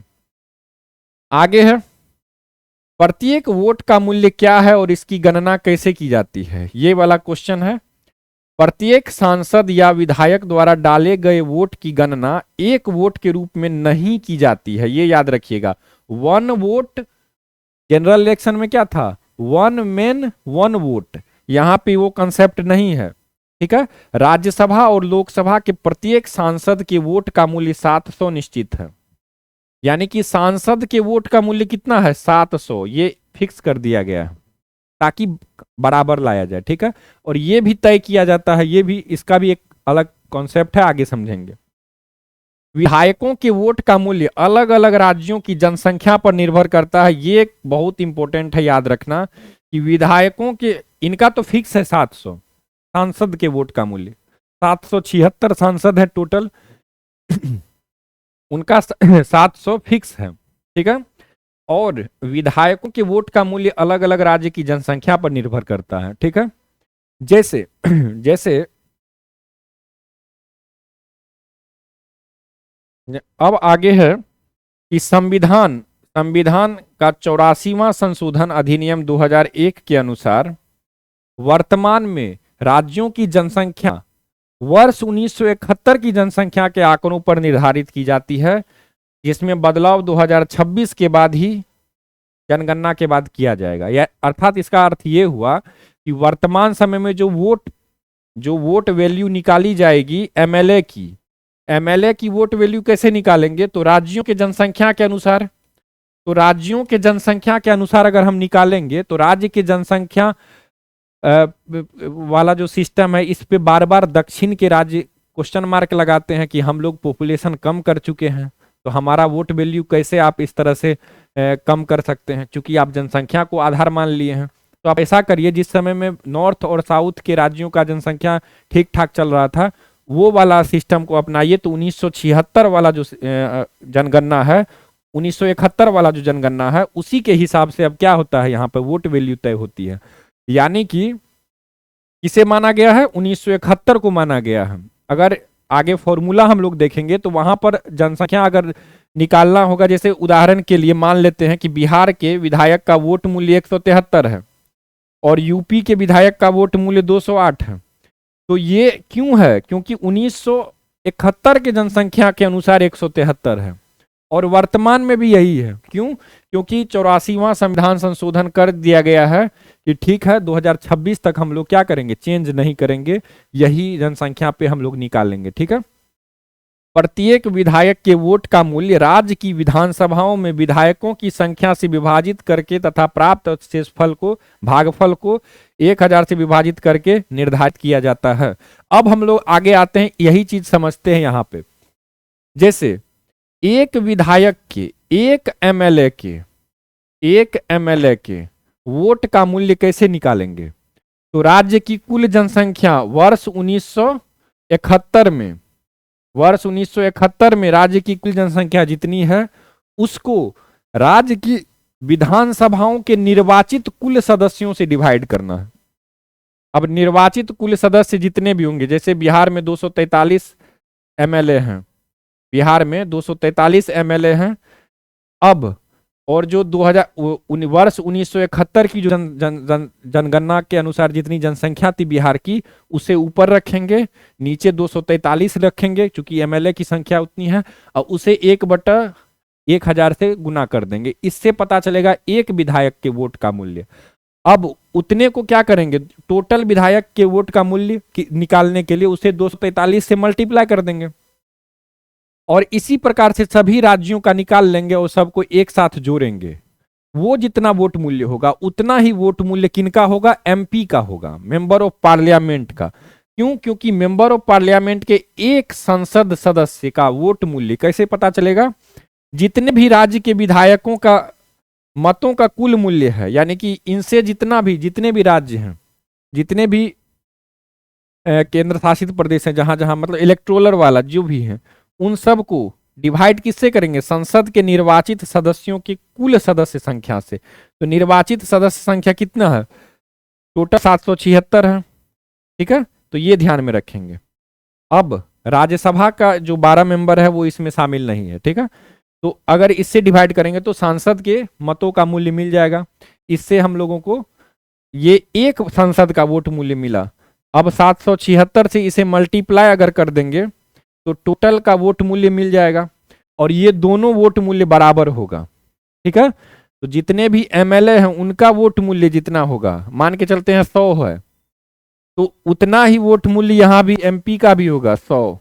तब तो समान अनुपातिक मत प्रणाली के अंतर्गत ये चुनाव होता है। ठीक है, अब कौन भाग नहीं लेते हैं, तो राज्यसभा के मनोनीत सदस्य जो 12 सदस्य हैं वो भाग नहीं लेते हैं, राज्य विधानसभाओं के मनोनीत सदस्य भाग नहीं लेते हैं, द्वि विधानमंडल में विधान परिषदों के सदस्य निर्वाचित हो या मनोनीत हो, जो दोनों भाग नहीं लेते हैं। ठीक है, और दिल्ली और पुडुचेरी केंद्र शासित प्रदेश के मनोनीत सदस्य भी भाग नहीं लेते हैं। तो मनोनीत वाला तो कंसेप्ट याद ही रखना है और विधान परिषद वाला भी कंसेप्ट याद रखना है कि वो भी पार्टिसिपेट ना करते हैं। ठीक है, अब आते हैं कि राष्ट्रपति के चुनाव में किस सिद्धांत का प्रयोग किया जाता है। प्रश्न पूछा जाए तो क्या होगा, एकल हस्तांतरीय मत के माध्यम से आनुपातिक प्रतिनिधित्व। ठीक है, ये ध्यान में रखेंगे। अगला, भारतीय राष्ट्रपति के चुनाव में मतदान कैसा होता है, तो गुप्त मतदान होता है। राष्ट्रपति के चुनाव में वोटों का कोटा क्या है, तो इलेक्टोरल कोटा क्या है, तो number of valid votes polled, यानी कि जितने भी मत यहां पर होंगे, जितने भी वैलिड मत होंगे, जितने भी मत होंगे, ठीक है, बटा 2 प्लस 1, यानी कि 50% से ज्यादा मत लाना है, 50% से ज्यादा, ये याद रखेंगे। ठीक है, टोटल वोट जितने होंगे, कुल मत जितने होंगे, कुल मान लेते हैं 100 बटा 2, यानी कि 50% से एक ज्यादा जो भी ले आया पहले, वही क्या होगा, राष्ट्रपति बनेगा। ठीक है, राष्ट्रपति के चुनाव में सुप्रीम कोर्ट कैसे शामिल है, तो क्या है कि उनके चुनाव से संबंधित कोई भी विवाद सुप्रीम कोर्ट द्वारा उठाया जाता है, सुप्रीम कोर्ट का फैसला ही अंतिम फैसला है। यानी कि अगर चुनाव में किसी प्रकार की शंका हो, कोई क्वेश्चन मार्क हो, तो सुप्रीम कोर्ट के ही पास केवल अथॉरिटी है। राष्ट्रपति का चुनाव अमान्य घोषित हो जाने के बाद राष्ट्रपति द्वारा अपने पद पर किए गए कार्य उसके हटने के बाद भी वैध रहते हैं, वैलिड रहते हैं। अगर कोई व्यक्ति अगर किसी चुनाव का ऐसा निकला डिसीजन कि जो चुनाव हुआ है वो क्या हुआ है, वो चुनाव सही चुनाव नहीं है, लेकिन वो व्यक्ति कुछ दिन कार्य कर चुका है राष्ट्रपति के रूप में, तो उनके कार्य को सही माना जाएगा, बोला जाएगा कि कोई बात नहीं, जो कार्य किया वो ठीक किया, बस, लेकिन अब राष्ट्रपति ये नहीं रहेंगे। ठीक है, चलिए अब आते हैं आगे। राष्ट्रपति के पद का कार्यकाल अनुच्छेद 56 के तहत 5 वर्ष के लिए होता है। इनका कार्यकाल कितने वर्षों के लिए होता है, 5 वर्ष के लिए। अब कब ये अपने पोस्ट को रिजाइन दे सकते हैं, अगर रिजाइन देंगे तो उपराष्ट्रपति को भेजेंगे, उपराष्ट्रपति को हस्ताक्षर सहित अपना पत्र भेजेंगे कि मैं रिजाइन देना चाहता हूं राष्ट्रपति पोस्ट से, तब राष्ट्रपति का पद खाली हो सकता है। इसके अतिरिक्त संविधान के उल्लंघन करने के कारण महाभियोग कब लगता है, महाभियोग शब्द केवल राष्ट्रपति के लिए ही यूज होता है। क्यों, क्योंकि महाभियोग में याद रखेंगे कि संविधान के उल्लंघन के कारण इनके ऊपर ये लगता है। ठीक है, आप इन्हीं के कार्य में असमर्थता के कारण नहीं लगेगा कि ये कार्य करने में असमर्थ है इसीलिए राष्ट्रपति ये नहीं होंगे, ऐसा नहीं है, ऐसा अन्य जगहों पे लगेगा। लेकिन इम्पीचमेंट में ये याद रखेंगे, महाभियोग में ये क्या होता है, महाभियोग में ये याद रखेंगे कि संविधान का जब तक उल्लंघन ना हो तब तक राष्ट्रपति को आप नहीं हटा सकते हैं। ठीक है, और तीसरा कि राष्ट्रपति अपने कार्यकाल की समाप्ति के बावजूद तब तक पद पर बने रहेंगे, उनका कार्यकाल 5 साल था, 5 साल हो गया समाप्त, फिर भी ये बने रहेंगे जब तक कि नए राष्ट्रपति यानी कि उनके उत्तराधिकारी उनके कार्यालय में प्रवेश नहीं कर लेते, यानी कि ऑफिस ऑफ प्रेसिडेंट के पास में दाखिल नहीं हो जाते, तब तक ये बने रहते हैं। ठीक है, इसके अतिरिक्त अगर मृत्यु हो जाए, आकस्मिक मृत्यु हो जाए, तो भी क्या होगा, इनका पोस्ट खाली हो जाएगा। ठीक है, अब एक अनुच्छेद 56 का 2 कहता है, ये तो 1 में है कि राष्ट्रपति अपने पद पर प्रवेश करने की तारीख से 5 वर्ष की अवधि के लिए पद धारण करेंगे, लेकिन कुछ ऐसा है मामला जब वो पद से हट सकते हैं। ठीक है, लेकिन अब दूसरा खंड कहता है कि खंड 1 के परंतुक के खंड ए, परंतुक ये वाला जो होता है ABCD से परंतुक बोला जाता है। खंड क्या है तो एक है, परंतुक क्या है ABCD। तो खंड दूसरा में कहा गया है खंड एक के परंतुक के खंड ए, ये वाला जो है के तहत उपराष्ट्रपति को संबोधित कोई भी इस्तीफा उनके द्वारा तुरंत लोकसभा के अध्यक्ष को सूचित किया जाएगा। अब लोकसभा के अध्यक्ष को सूचित किया जाएगा, इसका कंसेप्ट क्या है तो ये उपराष्ट्रपति को देंगे और वाइस प्रेसिडेंट जो होते हैं वो राज्यसभा के सभापति होते हैं। आपको पता होगा कि वो सभापति होते हैं राज्यसभा के। तो राज्यसभा के सभापति होने के नाते अगर इन्हें न्यूज मिला तो ये तो अपने राज्यसभा में सबको बता ही देंगे कि राष्ट्रपति महोदय ने रिजाइन कर दिया है। लेकिन लोकसभा के मेंबर को कैसे पता चलेगा? तो इसके लिए बताया गया है कि यही क्या करेंगे, सबसे पहले सूचना देंगे लोकसभा के अध्यक्ष को कि अब आप जाकर के लोकसभा में बोल दीजिए कि वहां पर क्या हुआ है, राष्ट्रपति महोदय ने इस्तीफा दे दिया है। ठीक है, तो ये सूचना जब लोकसभा अध्यक्ष को मिलेगी तो वो क्या करेंगे, अन्य सदस्यों को, लोकसभा के सदस्यों को बताएंगे। ठीक है, क्योंकि कानून बनने में राष्ट्रपति महोदय का साइन सबसे इंपॉर्टेंट होता है। ठीक है, बिना उनके कानून बनता ही नहीं है। अब आता है कि क्या राष्ट्रपति का पद खाली हो सकता है? तो हाँ, हो सकता है। पद खाली कब हो सकता है? अगर 5 वर्ष का कार्यकाल वो पूरा कर चुके रहते हैं, यदि राष्ट्रपति भारत के उपराष्ट्रपति को अपना इस्तीफा भेज देते हैं, अगर महाभियोग उनके ऊपर लगाया जाता है, या फिर उनकी ऑफिस में मौत हो जाती है, यानी कि जो प्रेसिडेंट का जो कार्यालय है, मतलब एक तरह से कार्यकाल कह सकते हैं, उस कार्यकाल के अंतर्गत अगर उनकी मृत्यु हो जाती है, ऑफिस मतलब यहाँ पर कार्यकाल याद रखेंगे, कार्यालय यहाँ पर नहीं है। ठीक है, अगर सुप्रीम कोर्ट उनके चुनाव को अवैध घोषित कर देता है तो कितना हो गया, 5 तरीका हो गया। 5 तरीकों से राष्ट्रपति का पद खाली हो सकता है। ठीक है, ये ध्यान में रखेंगे। एक और नियम याद रखेंगे, राष्ट्रपति अधिनियम 1969 याद रखेंगे। ये क्यों है इंपॉर्टेंट? ये इंदिरा गांधी जी के टाइम में बनाया गया था। एक सिचुएशन कुछ ऐसा पैदा हो गया था। ठीक है, तो वहां पर क्या है कि अगर उपराष्ट्रपति राष्ट्रपति के रूप में कर्तव्यों का निर्वहन करता है, ठीक है, अगर राष्ट्रपति अब का पद खाली हो चुका है, उनके जगह पे अब उपराष्ट्रपति कार्य कर रहे हैं राष्ट्रपति के रूप में, लेकिन ठीक है, लेकिन यदि बाद वाले का कार्यकाल की समाप्ति को छोड़कर ऊपर उल्लिखित परिस्थिति में रिक्त हो जाता है तो राष्ट्रपति अधिनियम 1969 के अनुसार यदि उपराष्ट्रपति का कार्यकाल भी रिक्त है, यानी कि अगर राष्ट्रपति तो नहीं है, वाइस प्रेसिडेंट भी नहीं है, तब कौन बनेगा? तो यहां पर कौन बनेगा, ये वाला जो कंसेप्ट है ये है राष्ट्रपति अधिनियम 1969 में लिखा हुआ। इसमें बताया गया है कि यदि उपराष्ट्रपति का कार्यकाल भी रिक्त है तो भारत के मुख्य न्यायाधीश, यहाँ पे चीफ जस्टिस ऑफ इंडिया, ये याद रखेंगे, CJI, ये आएंगे पावर में। ठीक है, अगर ये भी नहीं है, ऐसा हो सकता है कि वो भी ना हो प्रेजेंट, ठीक है, तो उनकी अनुपस्थिति में सर्वोच्च न्यायालय का ही सबसे वरिष्ठ वरिष्ठ, अब वरिष्ठ किसे बोला जाएगा? वरिष्ठ उसे बोला जाएगा जो ज्यादा टाइम तक जॉब कर चुका है। ठीक है, जो ज्यादा समय तक जज की कुर्सी पे बैठा है, यानी कि एक्सपीरियंस जिसके पास ज्यादा है वो वरिष्ठ है यहाँ पे, ना कि एज जिसका ज्यादा है। एज किसी का ज्यादा हो सकता है, एक्सपीरियंस कम हो सकता है।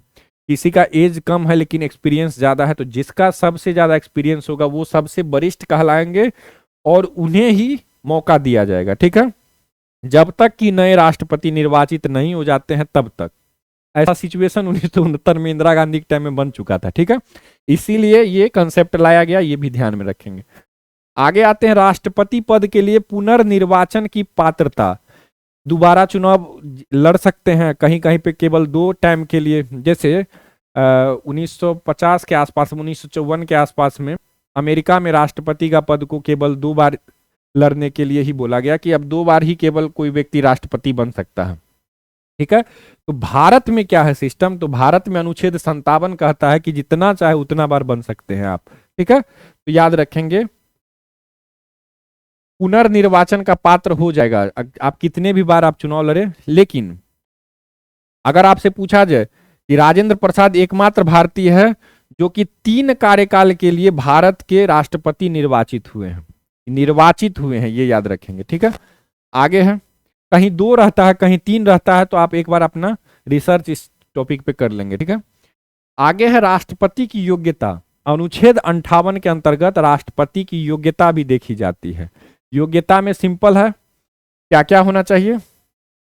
भारत के नागरिक होंगे, 35 वर्ष आयु हो जाएगी, और लोकसभा में सदस्य के रूप में चुनाव लड़ने के लिए वो अगर योग्य हैं तो वो चुनाव लड़ सकते हैं। लेकिन कोई व्यक्ति राष्ट्रपति के रूप में चुनाव लड़ने के लिए पात्र नहीं होगा यदि वह भारत सरकार के किसी राज्य की सरकार के अधीन या उक्त सरकारों में से किसी के नियंत्रण के अधीन किसी स्थानीय या अन्य प्राधिकारी के अधीन कोई लाभ का पद धारण करता है। तो ऑफिस ऑफ प्रॉफिट जो है वो आपको बता चुके हैं कि प्रेसिडेंट, वाइस प्रेसिडेंट, इसके बाद मंत्री, ठीक है। तो ये इन सब को ऑफिस ऑफ प्रॉफिट नहीं माना जाता है, ठीक है। इस अनुच्छेद के प्रयोजनों के लिए किसी व्यक्ति को केवल इस कारण से लाभ का पद धारण करने वाला नहीं माना जाएगा कि वह संघ का राष्ट्रपति, उपराष्ट्रपति, राज्यपाल या दोनों में से कोई भी, चाहे वो संघ हो या राज्य हो, किसी का भी कोई मंत्री हो या किसी राज्य के लिए, तो ये याद रखेंगे संघ या किसी भी राज्य के लिए वो मंत्री है तो भी वो लड़ सकता है। तो ये योग्यता है अनुच्छेद 58 में।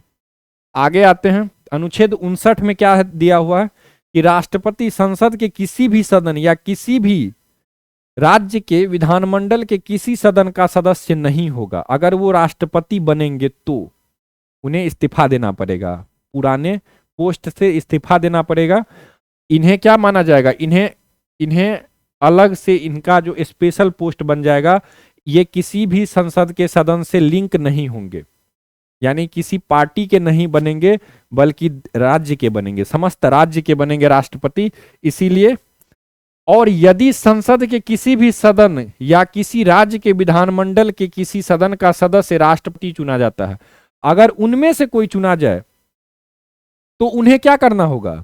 तो यह माना जाएगा कि जिस तारीख को वह राष्ट्रपति के रूप में अपना पद ग्रहण करेंगे उसी दिन से उनकी जो पुरानी सीट है, यानी पहले किसी मंत्री के पद पे थे तो उनकी वो पोस्ट खाली हो जाएगी, यानी कि बाकी सारा काम छोड़ करके अब केवल आप राष्ट्रपति बन के रहेंगे, ठीक है। तो ये याद रखेंगे कि उस सदन में अपनी सीट खाली कर दी है, ठीक है। तो ये ध्यान में रखेंगे। राष्ट्रपति लाभ का कोई अन्य पद धारण नहीं करेगा, ये भी शर्त है। पहला शर्त क्या था? पहला कंडीशन था कि अगर आप किसी भी सदन के सदस्य हैं तो आपको वो सदन छोड़ना पड़ जाएगा, ठीक है। पहला तो ये था।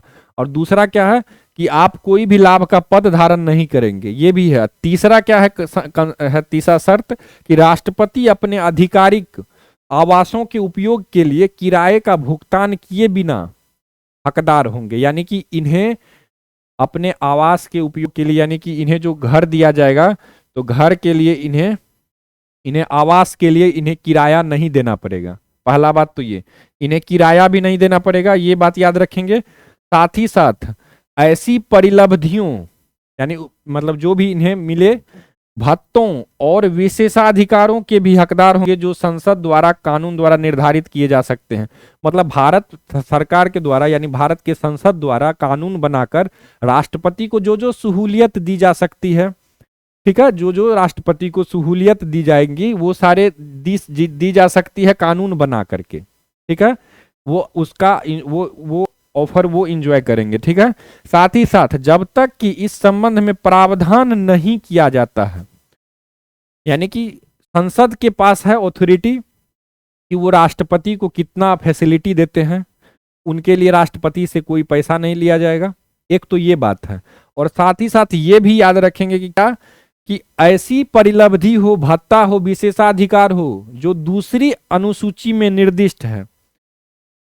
जो भी दूसरी अनुसूची में, आपको पता होगा दूसरी अनुसूची किससे संबंधित है? वेतन एवं भत्ते, ठीक है। वेतन, भत्ते, पेंशन, इन सब से संबंधित है।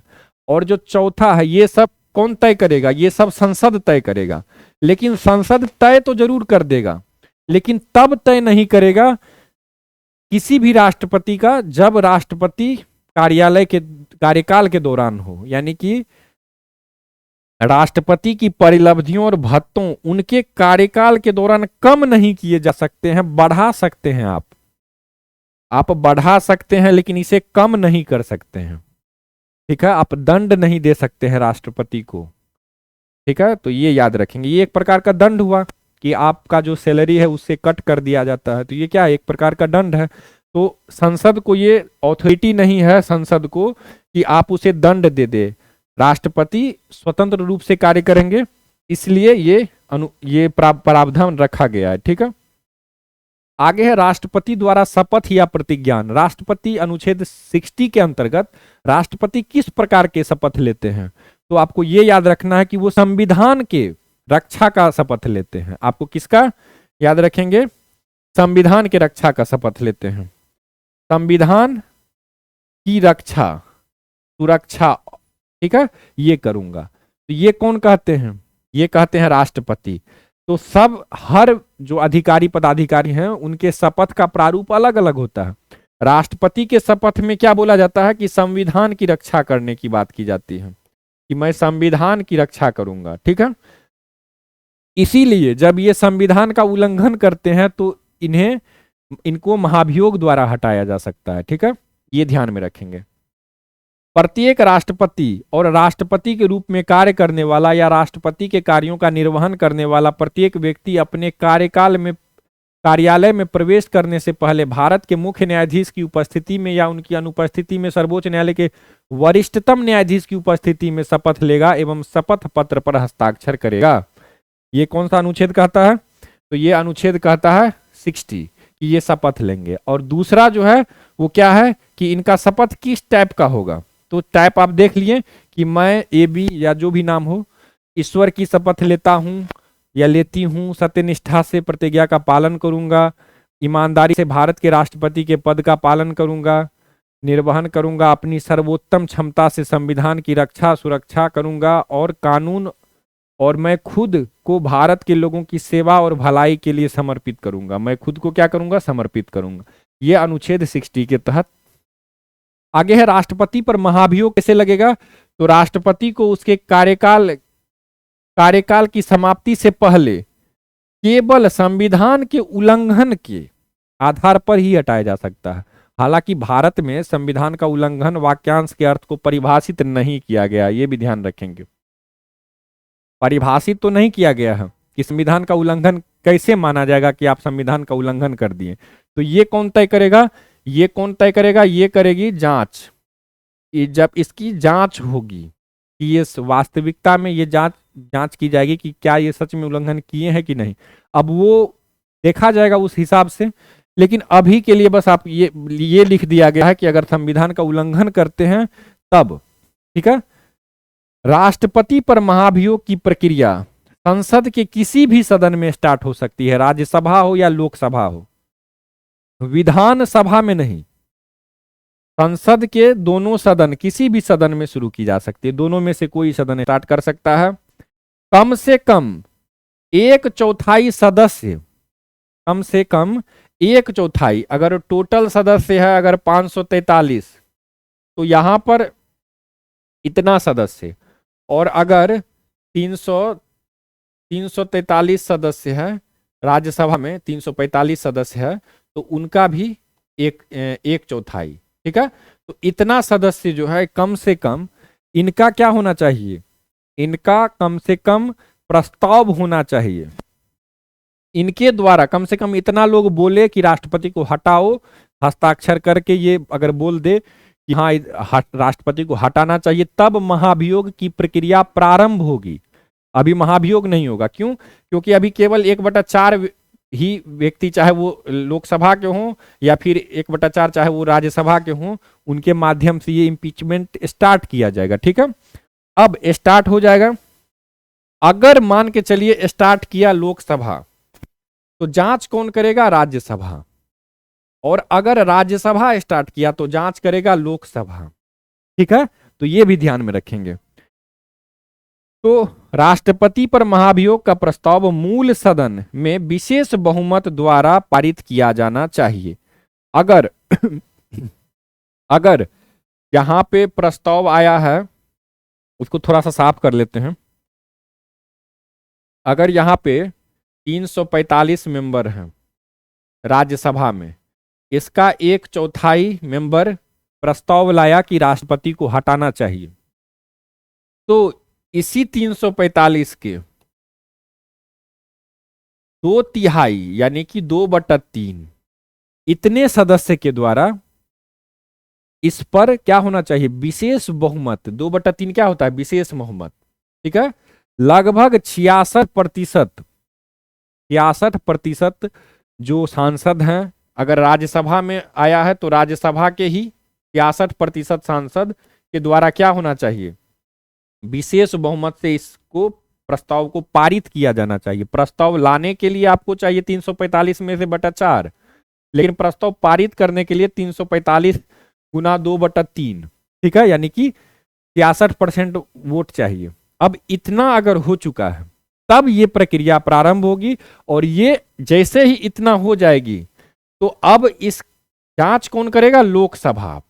इसे भेजा जाएगा, तो पहले लोकसभा में क्या होगी, जांच होगी, ठीक है। तो ये याद रखेंगे, अगर लोकसभा जांच को सही पाती है तो ही राष्ट्रपति महोदय को हटाया जाएगा, ठीक है, ये ध्यान में रखेंगे।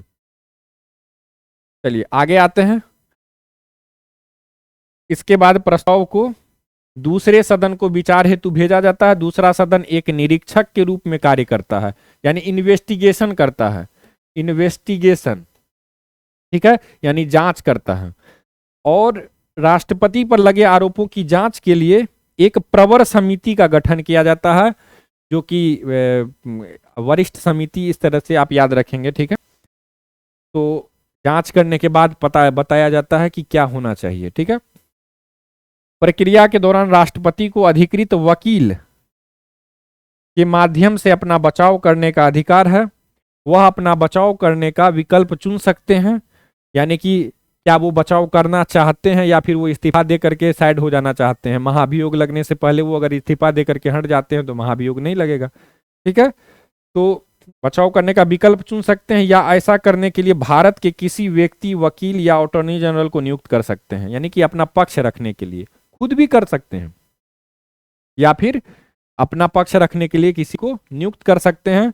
वो जाकर के इन्वेस्टिगेशन टीम के सामने में बात करेगी कि मैं क्या सच में संविधान का उल्लंघन हुआ है या नहीं, ठीक है। तो अपना वो सफाई दे देंगे।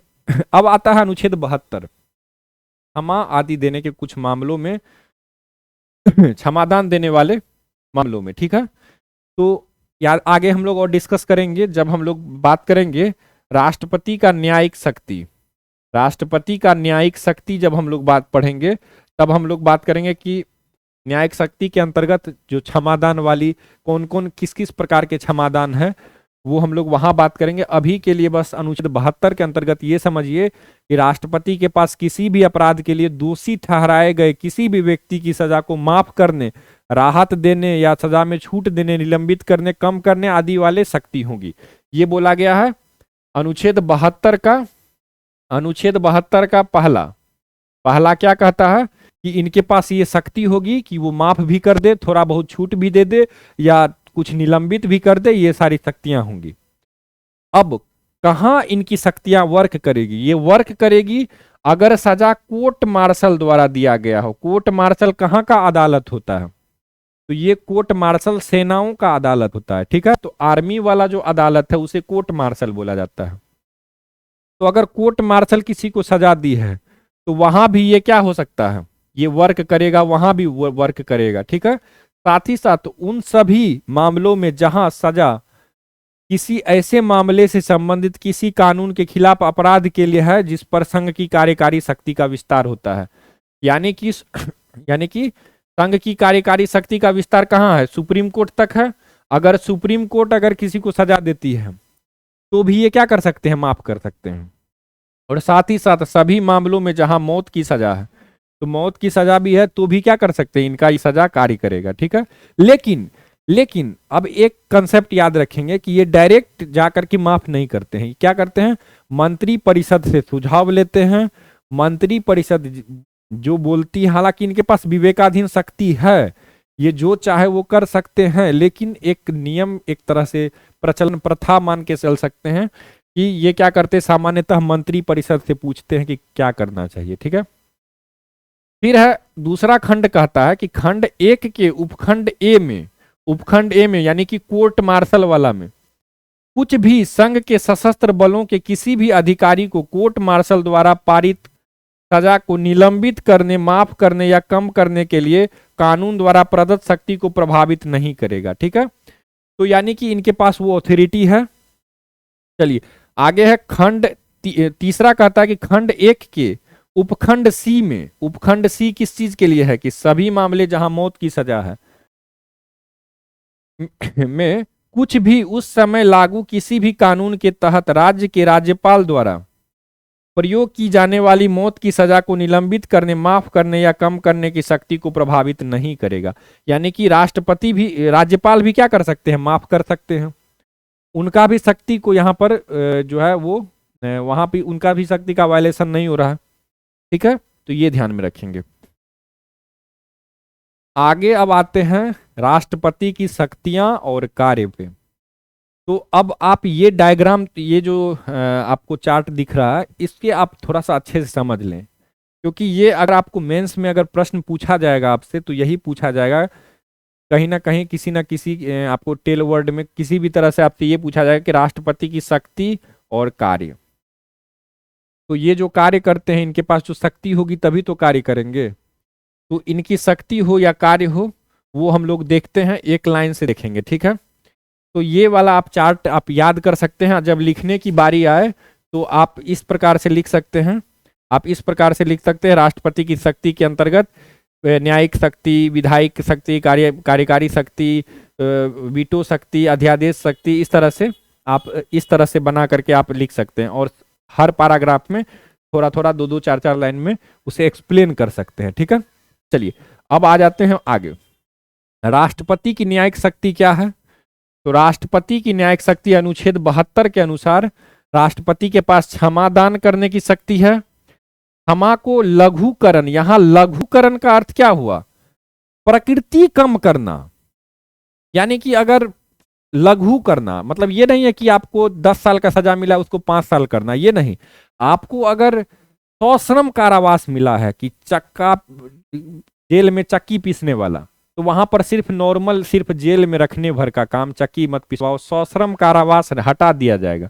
अगर सश्रम कारावास दे दिया गया है तो उसे सामान्य कारावास में बदल दिया जाएगा। ठीक है, तो ये है लघुकरण। क्षमादान तो आप समझते हैं कि क्या किया जाएगा, उसे क्षमा कर सकता है।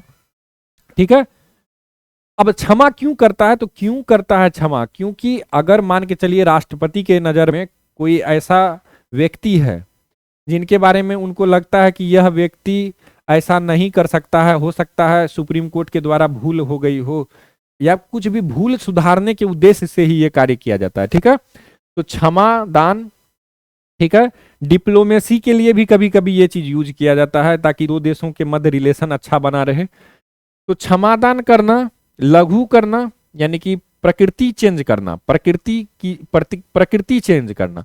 और परिहार में क्या होता है? परिहार मतलब होता है अवधि घटा देना, यानी टाइम ड्यूरेशन को कम कर देना। ठीक है, यानी 10 साल का सजा है, उसको क्या किया जाएगा? उसको सश्रम कारावास ही मिलेगा, वो चक्की ही पीसेगा, लेकिन 10 साल के बदले अब मात्र 5 साल पीसेगा। ठीक है, इस तरह से याद रखें। विराम में क्या होता है? कमी ला देना। विराम मतलब क्या? अगर कोई गर्भवती महिला है, वो किसी अपराध में उन्हें सजा दी जाती है, तो वहां उनके दंड में कमी लाया जाता है, कुछ आराम टाइप से समझिए, विराम याद रखिएगा। ठीक है, और विलंबन, विलंब करना मतलब देर करना, लेट करना। तो खास करके मृत्युदंड के मामले में क्या किया जाता है? प्रविलंबन किया जाता है, प्रविलंबन, ये याद रखेंगे। ठीक है, आगे आते हैं। राष्ट्रपति की क्षमाकारी शक्तियां पूर्णतः उनकी इच्छा पर निर्भर करती है। यानी कि ये कैसी शक्ति है? ये शक्ति विवेकाधीन शक्ति है, इनके विवेक पर। विवेक क्या होता है? इंसान को सही गलत का जो समझ होता है वही विवेक है। ठीक है, सही गलत समझने की, अगर आपके नजर में कुछ सही है तो आपके विवेक पे वो तय करता है कि आप उसे सही मानते। एक गिलास पानी है, कोई कहेगा आधा गिलास भरा हुआ है, कोई कहेगा आधा गिलास खाली है। तो आपके विवेक पर डिपेंड करता है कि आप उसे क्या मानते हैं, ठीक है। चलिए, तो राष्ट्रपति की क्षमाकारी शक्तियां पूर्णतः उसकी इच्छा पर निर्भर करती है। उन्हें एक अधिकार के रूप में मांगा नहीं जा सकता है कि नहीं आप हमें क्षमा करेंगे क्योंकि ये मेरा अधिकार है कि आप राष्ट्रपति हैं और मैं एक नागरिक हूं, तो आप मुझे क्षमा करेंगे, ये मेरा अधिकार नहीं है, ठीक है। तो मैं अधिकार के रूप में इसे नहीं मांग सकता हूं। फिर है कि ये शक्तियां कार्यपालिका प्रकृति की है, यानी कि ये कार्यपालिका के हेड हैं, इसीलिए ये ऐसा कर सकते हैं, कार्यपालक के यानी कि मंत्रियों के हेड। अब इसको किस तरह से आप समझेंगे, कार्यपालक जो कार्य करता है, कार्य कौन करता है, मंत्री, ठीक है। तो इस तरह से आपको कार्यपालक के बारे में बता चुके हैं, कौन कौन कार्यपालक हैं, राष्ट्रपति, उपराष्ट्रपति, इसके बाद प्रधानमंत्री और मंत्री परिषद और महान्यायवादी। तो ये जो कार्यपालक हैं, तो ये कार्यपालक के रूप में ये कार्य करते हैं, ठीक है। ये शक्ति जो मिला हुआ है इनको, ये कार्यपालक के रूप में मिला है, तथा राष्ट्रपति इनका प्रयोग मंत्री परिषद की सलाह पर करते हैं। वही बात जो बताए हम कि मंत्री परिषद की सलाह पर ही ये शक्तियों का यूज करेंगे, ठीक है। न्यायालय में इनको चुनौती नहीं दी जा सकती। अगर ये किन्हीं को माफ कर दिए तो विपक्ष कोई ऐसा ये प्रश्न नहीं खड़ा कर सकता है न्यायालय में जाकर के कि इन्हें क्यों माफ कर दिया गया, ठीक है। तो न्यायालय में इनको चुनौती नहीं दी जा सकती है। इनका लक्ष्य दंड देने में हुई भूल का निराकरण करना है, ठीक है। जो न्यायपालिका ने कर दी हो, न्यायपालिका अगर दंड दे चुकी हो, दंड देने में भूल कर दी हो, तो उसका निराकरण करने के लिए ऐसा किया गया है। अब एक विवाद है, आप ये विवाद याद रख सकते हैं तो याद रख लें। नाम है शेर सिंह बनाम पंजाब राज्य 1983।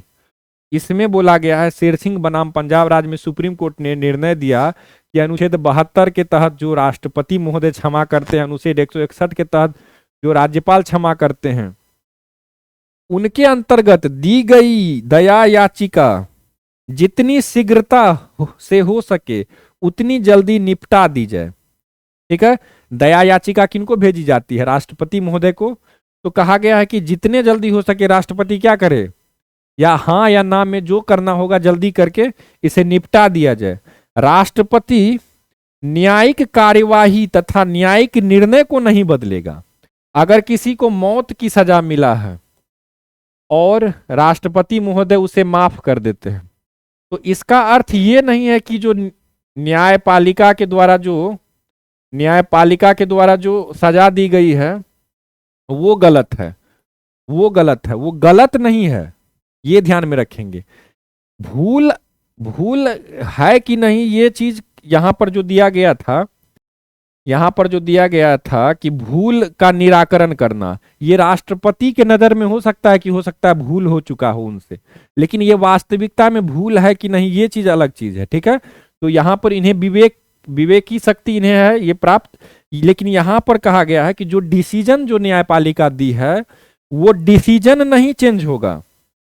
आप माफ कर दिए एक प्लस पॉइंट है, वो अलग चीज है, लेकिन डिसीजन नहीं बदलेगा। निर्णय पर जो न्यायिक निर्णय पर जो डिसीजन है वो नहीं बदलेगा, वह केवल न्यायिक निर्णय से राहत देगा, ये बात याद रखेंगे, ठीक है। राहत केवल दे सकते हैं। याचिकाकर्ता को ये भी अधिकार नहीं होगा कि वह सुनवाई के लिए राष्ट्रपति के समक्ष उपस्थित हो। अब आप गए, मौत की सजा मिला हुआ है और आप गए राष्ट्रपति महोदय के पास, ऐसा नहीं हो सकता है। आपको जाना वाना नहीं है, आपका सिर्फ रिपोर्ट जाएगा उनके पास, वो रिपोर्ट पे यस या नो या जो करना है वो करके वो भेजेंगे। आप डायरेक्ट उनके समक्ष प्रस्तुत भी नहीं होंगे, ठीक है। आगे है राष्ट्रपति की कार्यकारी शक्ति। एक कार्यपालक के रूप में राष्ट्रपति क्या क्या करते हैं, तो सबसे पहले याद रखेंगे कि जो भी भारत सरकार के कार्य होते हैं, जो भी कार्य, चाहे किसी देश से युद्ध करना हो, संधि करना हो, कोई एमओयू साइन करना हो, किसी वर्ल्ड बैंक से ऋण लेना हो, कुछ भी करना हो, वो सारे कार्य किनके माध्यम से होगा, राष्ट्रपति के हस्ताक्षर के माध्यम से, राष्ट्रपति के नाम पर होगा। वह केंद्र सरकार के व्यवसाय के लेन देन को सरल बनाने के लिए नियम भी बना सकता है, तो राष्ट्रपति नियम भी बना सकते हैं, ठीक है, और नहीं भी बना सकते हैं, उनके ऊपर डिपेंड करता है। वह निम्नलिखित लोगों को नियुक्त करते हैं। किनको किनको नियुक्त करते हैं, तो सबसे पहले अटॉर्नी जनरल को, महान्यायवादी को नियुक्त करते हैं और उनको कितना वेतन दिया जाएगा ये भी निर्धारित करते हैं। ठीक है, और भी नियुक्तियां करते हैं, जैसे कैग कैग की नियुक्ति करते हैं। अनुच्छेद 148 आप लोग पढ़े होंगे। अनुच्छेद 148 के तहत कैग की नियुक्ति होती है। मुख्य चुनाव आयुक्त और अन्य चुनाव आयुक्त की नियुक्ति करते हैं। यूपीएससी के अध्यक्ष और सदस्य की नियुक्ति करते हैं। राज्य के राज्यपाल की नियुक्ति करते हैं। भारत के वित्त आयोग के अध्यक्ष और सदस्य की नियुक्ति करते हैं। राष्ट्रीय अनुसूचित जाति आयोग की नियुक्ति करते हैं। राष्ट्रीय अनुसूचित जनजाति आयोग की नियुक्ति करते हैं। राष्ट्रीय पिछड़ा वर्ग आयोग की नियुक्ति करते हैं। अंतर्राज्यीय परिषद की और केंद्र शासित प्रदेशों के प्रशासकों की नियुक्ति करते हैं। ठीक है, तो ये नियुक्तियां करते हैं, ये भी इनकी कार्यकारी शक्ति है। अब केंद्र सरकार से प्रशासनिक जानकारी अगर जब भी इनको मन होगा केंद्र सरकार से प्रशासनिक जानकारी भी मांग सकते हैं कि कैसे काम कर रहे हो। ठीक है, साथ ही साथ प्रधानमंत्री से वो अपेक्षा करते हैं कि वह मंत्री परिषद के विचारों के लिए भी मामला प्रस्तुत करे जिस पर किसी मंत्री द्वारा निर्णय लिया गया हो। अगर कोई मंत्री है, जैसे आप इस तरह से याद रखिए, जैसे वित्त मंत्री का मन हो, ठीक है, वित्त मंत्री का मन हो और वो कुछ ऐसा कानून बना दे, वो कुछ ऐसा कानून ला दे और उस कानून को पास करवाने के लिए वो कानून ला दे, राष्ट्रपति को जानकारी नहीं दी गई है, तो वो क्या करेंगे? वो बोलेंगे कि सबसे पहले कि मंत्री परिषद को, प्रधानमंत्री के थ्रू बोलेंगे कि मंत्री परिषद को बोलो कि वित्त मंत्री से बात करे कि कानून क्या है, कैसा है, और जब मंत्री परिषद कुछ डिसीजन ले तो वो हमें आके बताओ। ठीक है, तो ये बात आपको ध्यान में रखना है कि वह केंद्र सरकार से प्रशासनिक जानकारी चाहते हैं, वह प्रधानमंत्री से अपेक्षा करते हैं कि वह मंत्री परिषद के विचारों के लिए कोई भी मामला प्रस्तुत करे जिस पर किसी मंत्री द्वारा निर्णय लिया गया हो, लेकिन जिस पर मंत्री परिषद द्वारा विचार नहीं किया गया हो।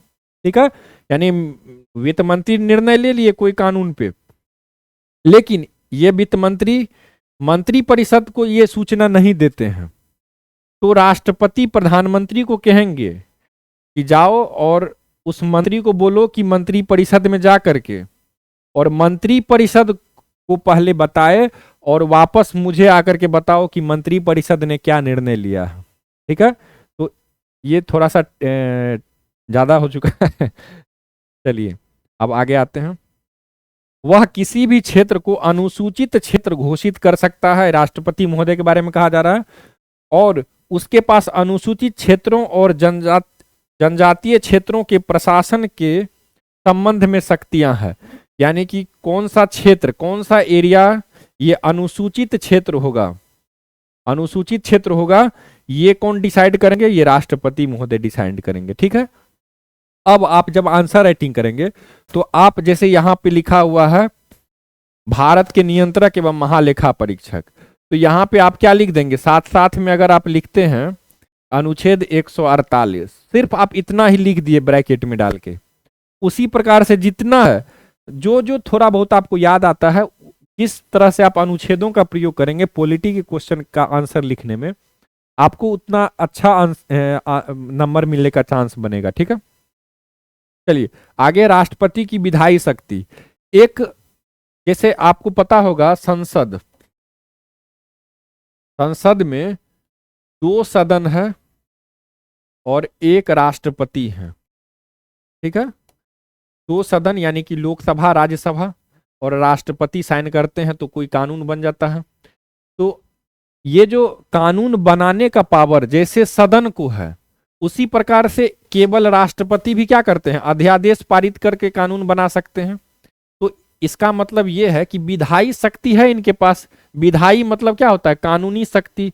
तो कानून बनाने की शक्ति है इनके पास। ठीक है, तो अब प्रश्न उठता है कि क्या क्या है, तो वो और क्या क्या इनके पास विधायी शक्ति के रूप में क्या क्या है? जैसे वो संसद को बुलाता है और या स्थगित करता है, यानी कि सदन को, ये याद रखेंगे, वो संसद में सदन को बुला सकता है, स्थगित कर सकता है, लोकसभा को भंग कर सकता है। राज्यसभा तो भंग नहीं होती है, लोकसभा को भंग कर सकता है। साथ ही साथ संयुक्त बैठक भी बुला सकता है।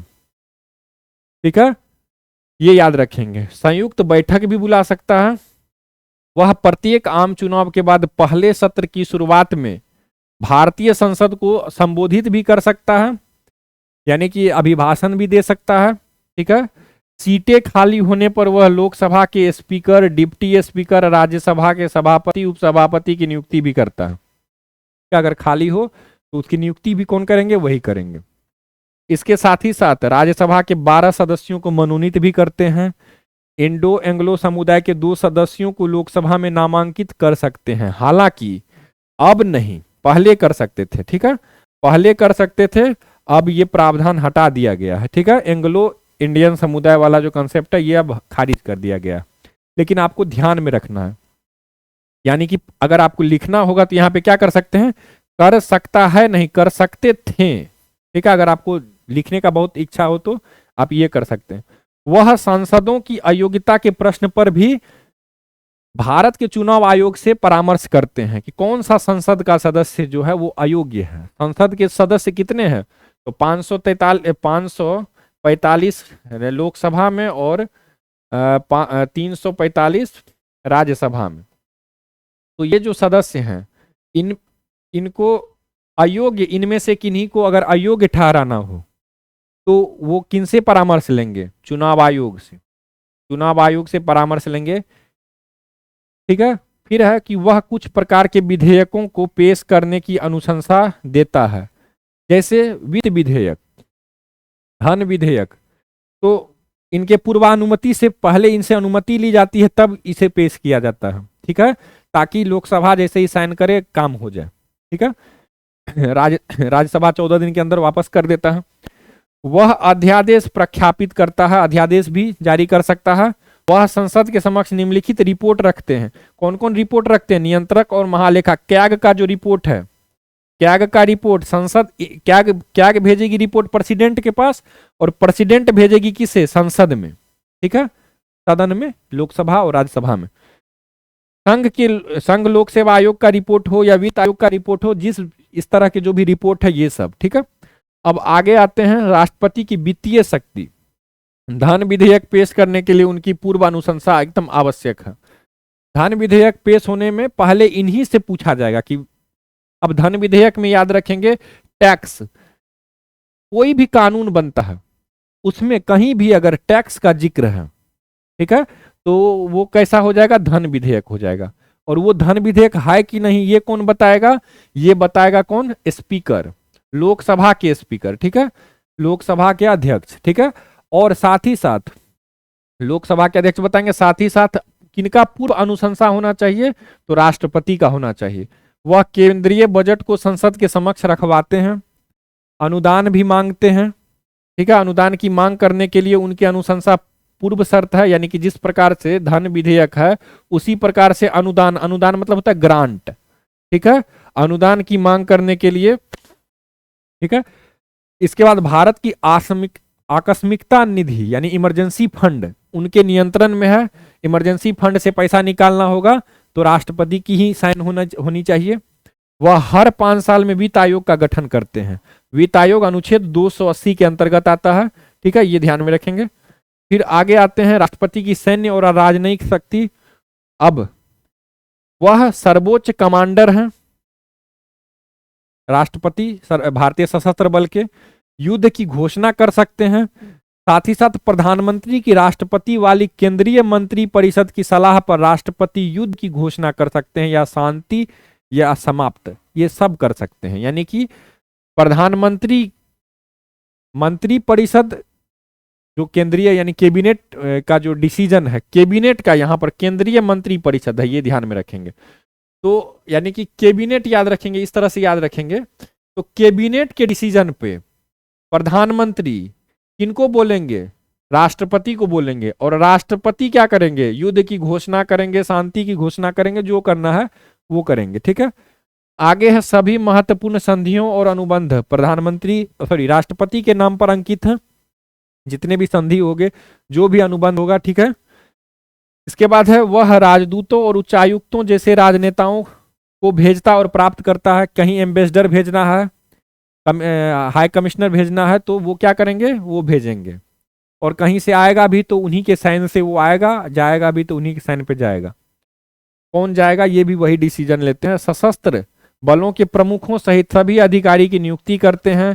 कोर्ट मार्शल वाला बता ही दिए कि राष्ट्रपति दोषी ठहराए गए व्यक्ति को माफ भी कर सकते हैं, अनुच्छेद 72 के अंतर्गत आपको बता चुके हैं। वे सभी व्यक्ति क्षमा के लिए आवेदन कर सकते हैं जो किसी भी अपराध के लिए दोषी ठहराए गए हो, जहां सजा कोर्ट मार्शल द्वारा दी गई हो। तो कोर्ट मार्शल सजा किसको देती है? सैनिकों को सजा देती है। और सेना क्या कर सकती है? राष्ट्रपति के पास भेज सकती है, क्योंकि सेना के सर्वोच्च कमांडर कौन है? राष्ट्रपति। तो उनसे गुजारिश कर सकती है कि महोदय मेरे साथ ये हुआ है, मुझे क्षमा किया जाए। ठीक है, अब इनके विवेकाधीन शक्ति पर ये डिपेंड करता है कि वो क्या चाहते हैं। कोर्ट मार्शल क्या है? एक प्रमुख अदालत है जो सैन्य कानून के खिलाफ सशस्त्र बलों के सदस्यों द्वारा अपराध पर निर्णय सुनाती है। जहां किसी भी मामले से संबंधित अपराध के लिए सजा या सजा दी जाती है, यानी मौत की सजा दी जाती है, इस तरह के जो भी है। चलिए, तो कोर्ट मार्शल क्या है ये याद रखेंगे कि सेना का अदालत को क्या बोला जाता है? Court martial. आगे है राष्ट्रपति की आपातकालीन शक्ति। अब राष्ट्रपति को 3 प्रकार का, कितने प्रकार का है राष्ट्रपति के पास? 3 प्रकार का है। अनुच्छेद 352 के तहत राष्ट्रीय आपातकाल लगाते हैं राष्ट्रपति।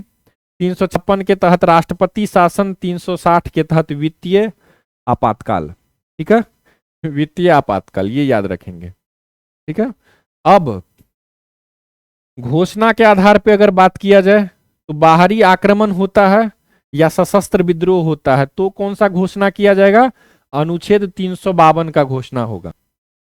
अगर संविधान किसी राज्य में विफल हो जाता है, शासन प्रणाली वहां की चरमरा जाती है, वहां पर अगर इस तरह का प्रॉब्लम है तो वहां पर 356 के तहत राष्ट्रपति शासन लगेगा। अगर भारत की वित्तीय स्थिति, साख स्थिति खराब हो जाए तो 360।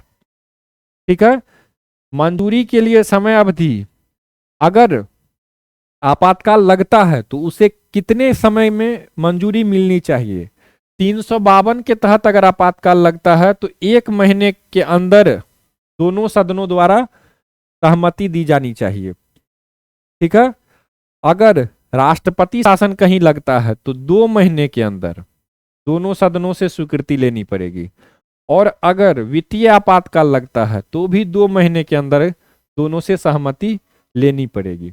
तो 1 महीने वाला जो कंसेप्ट है वो किस में है? राष्ट्रीय आपातकाल में। और राष्ट्रपति शासन में 2-2 महीने का है। अब कितनी आवश्यकता होगी पास करने के लिए सदनों में? तो राष्ट्रीय आपातकाल को जारी रखने के लिए विशेष बहुमत की आवश्यकता होगी, यानी कि 2/3।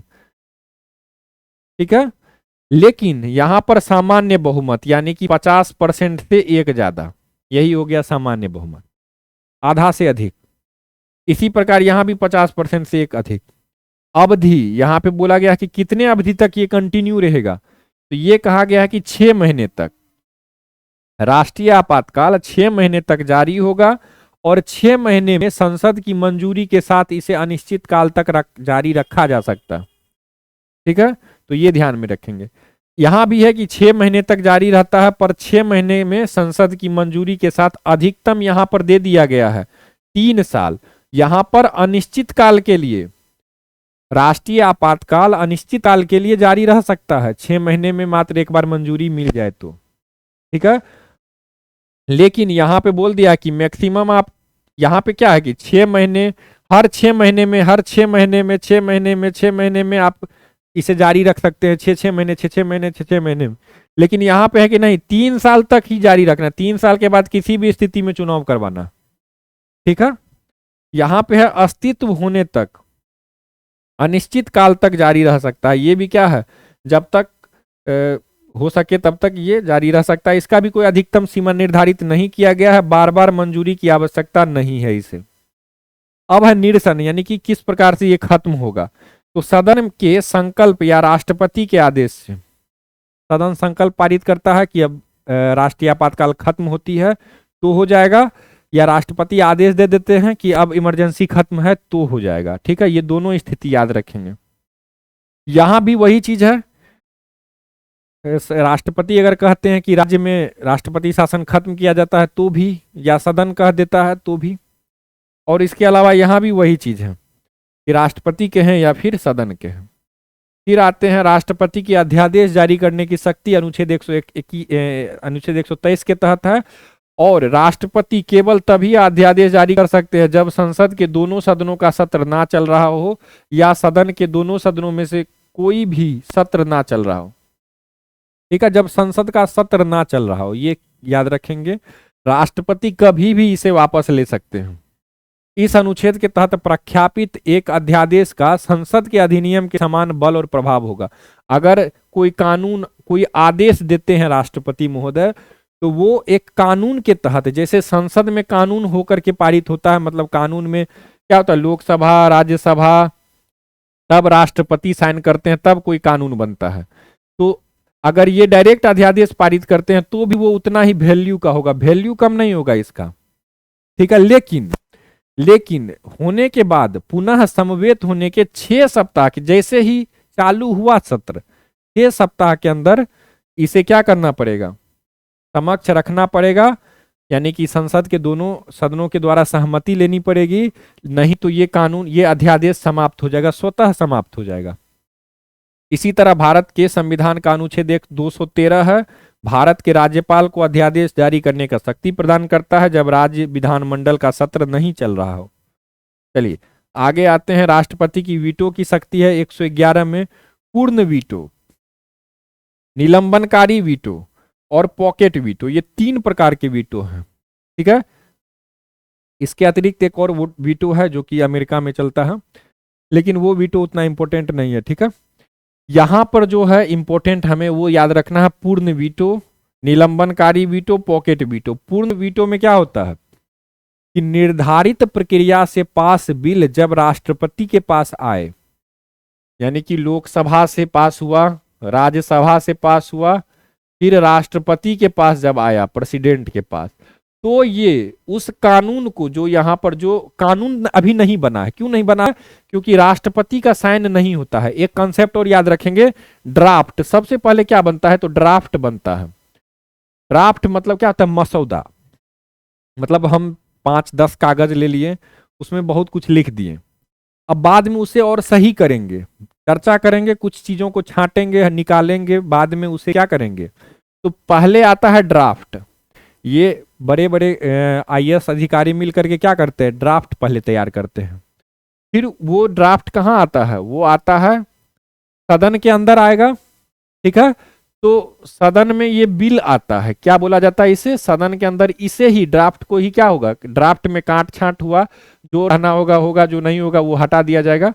फिर ये बिल बन जाएगा, जब ये पेश होगा, सदन में पेश होगा तो ये बिल के रूप में आएगा, और जब राष्ट्रपति महोदय मुहर लगाएंगे तो ये क्या बनेगा, कानून बन जाएगा, यानी एक्ट बन जाएगा। ठीक है, तो याद रखेंगे।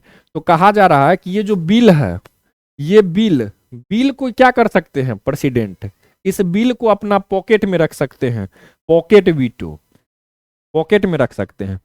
पूर्ण वीटो भी कर सकते हैं, पूर्ण वीटो, एब्सोल्यूट वीटो मतलब क्या हुआ कि निर्धारित प्रक्रिया से पास बिल जब राष्ट्रपति के पास आए।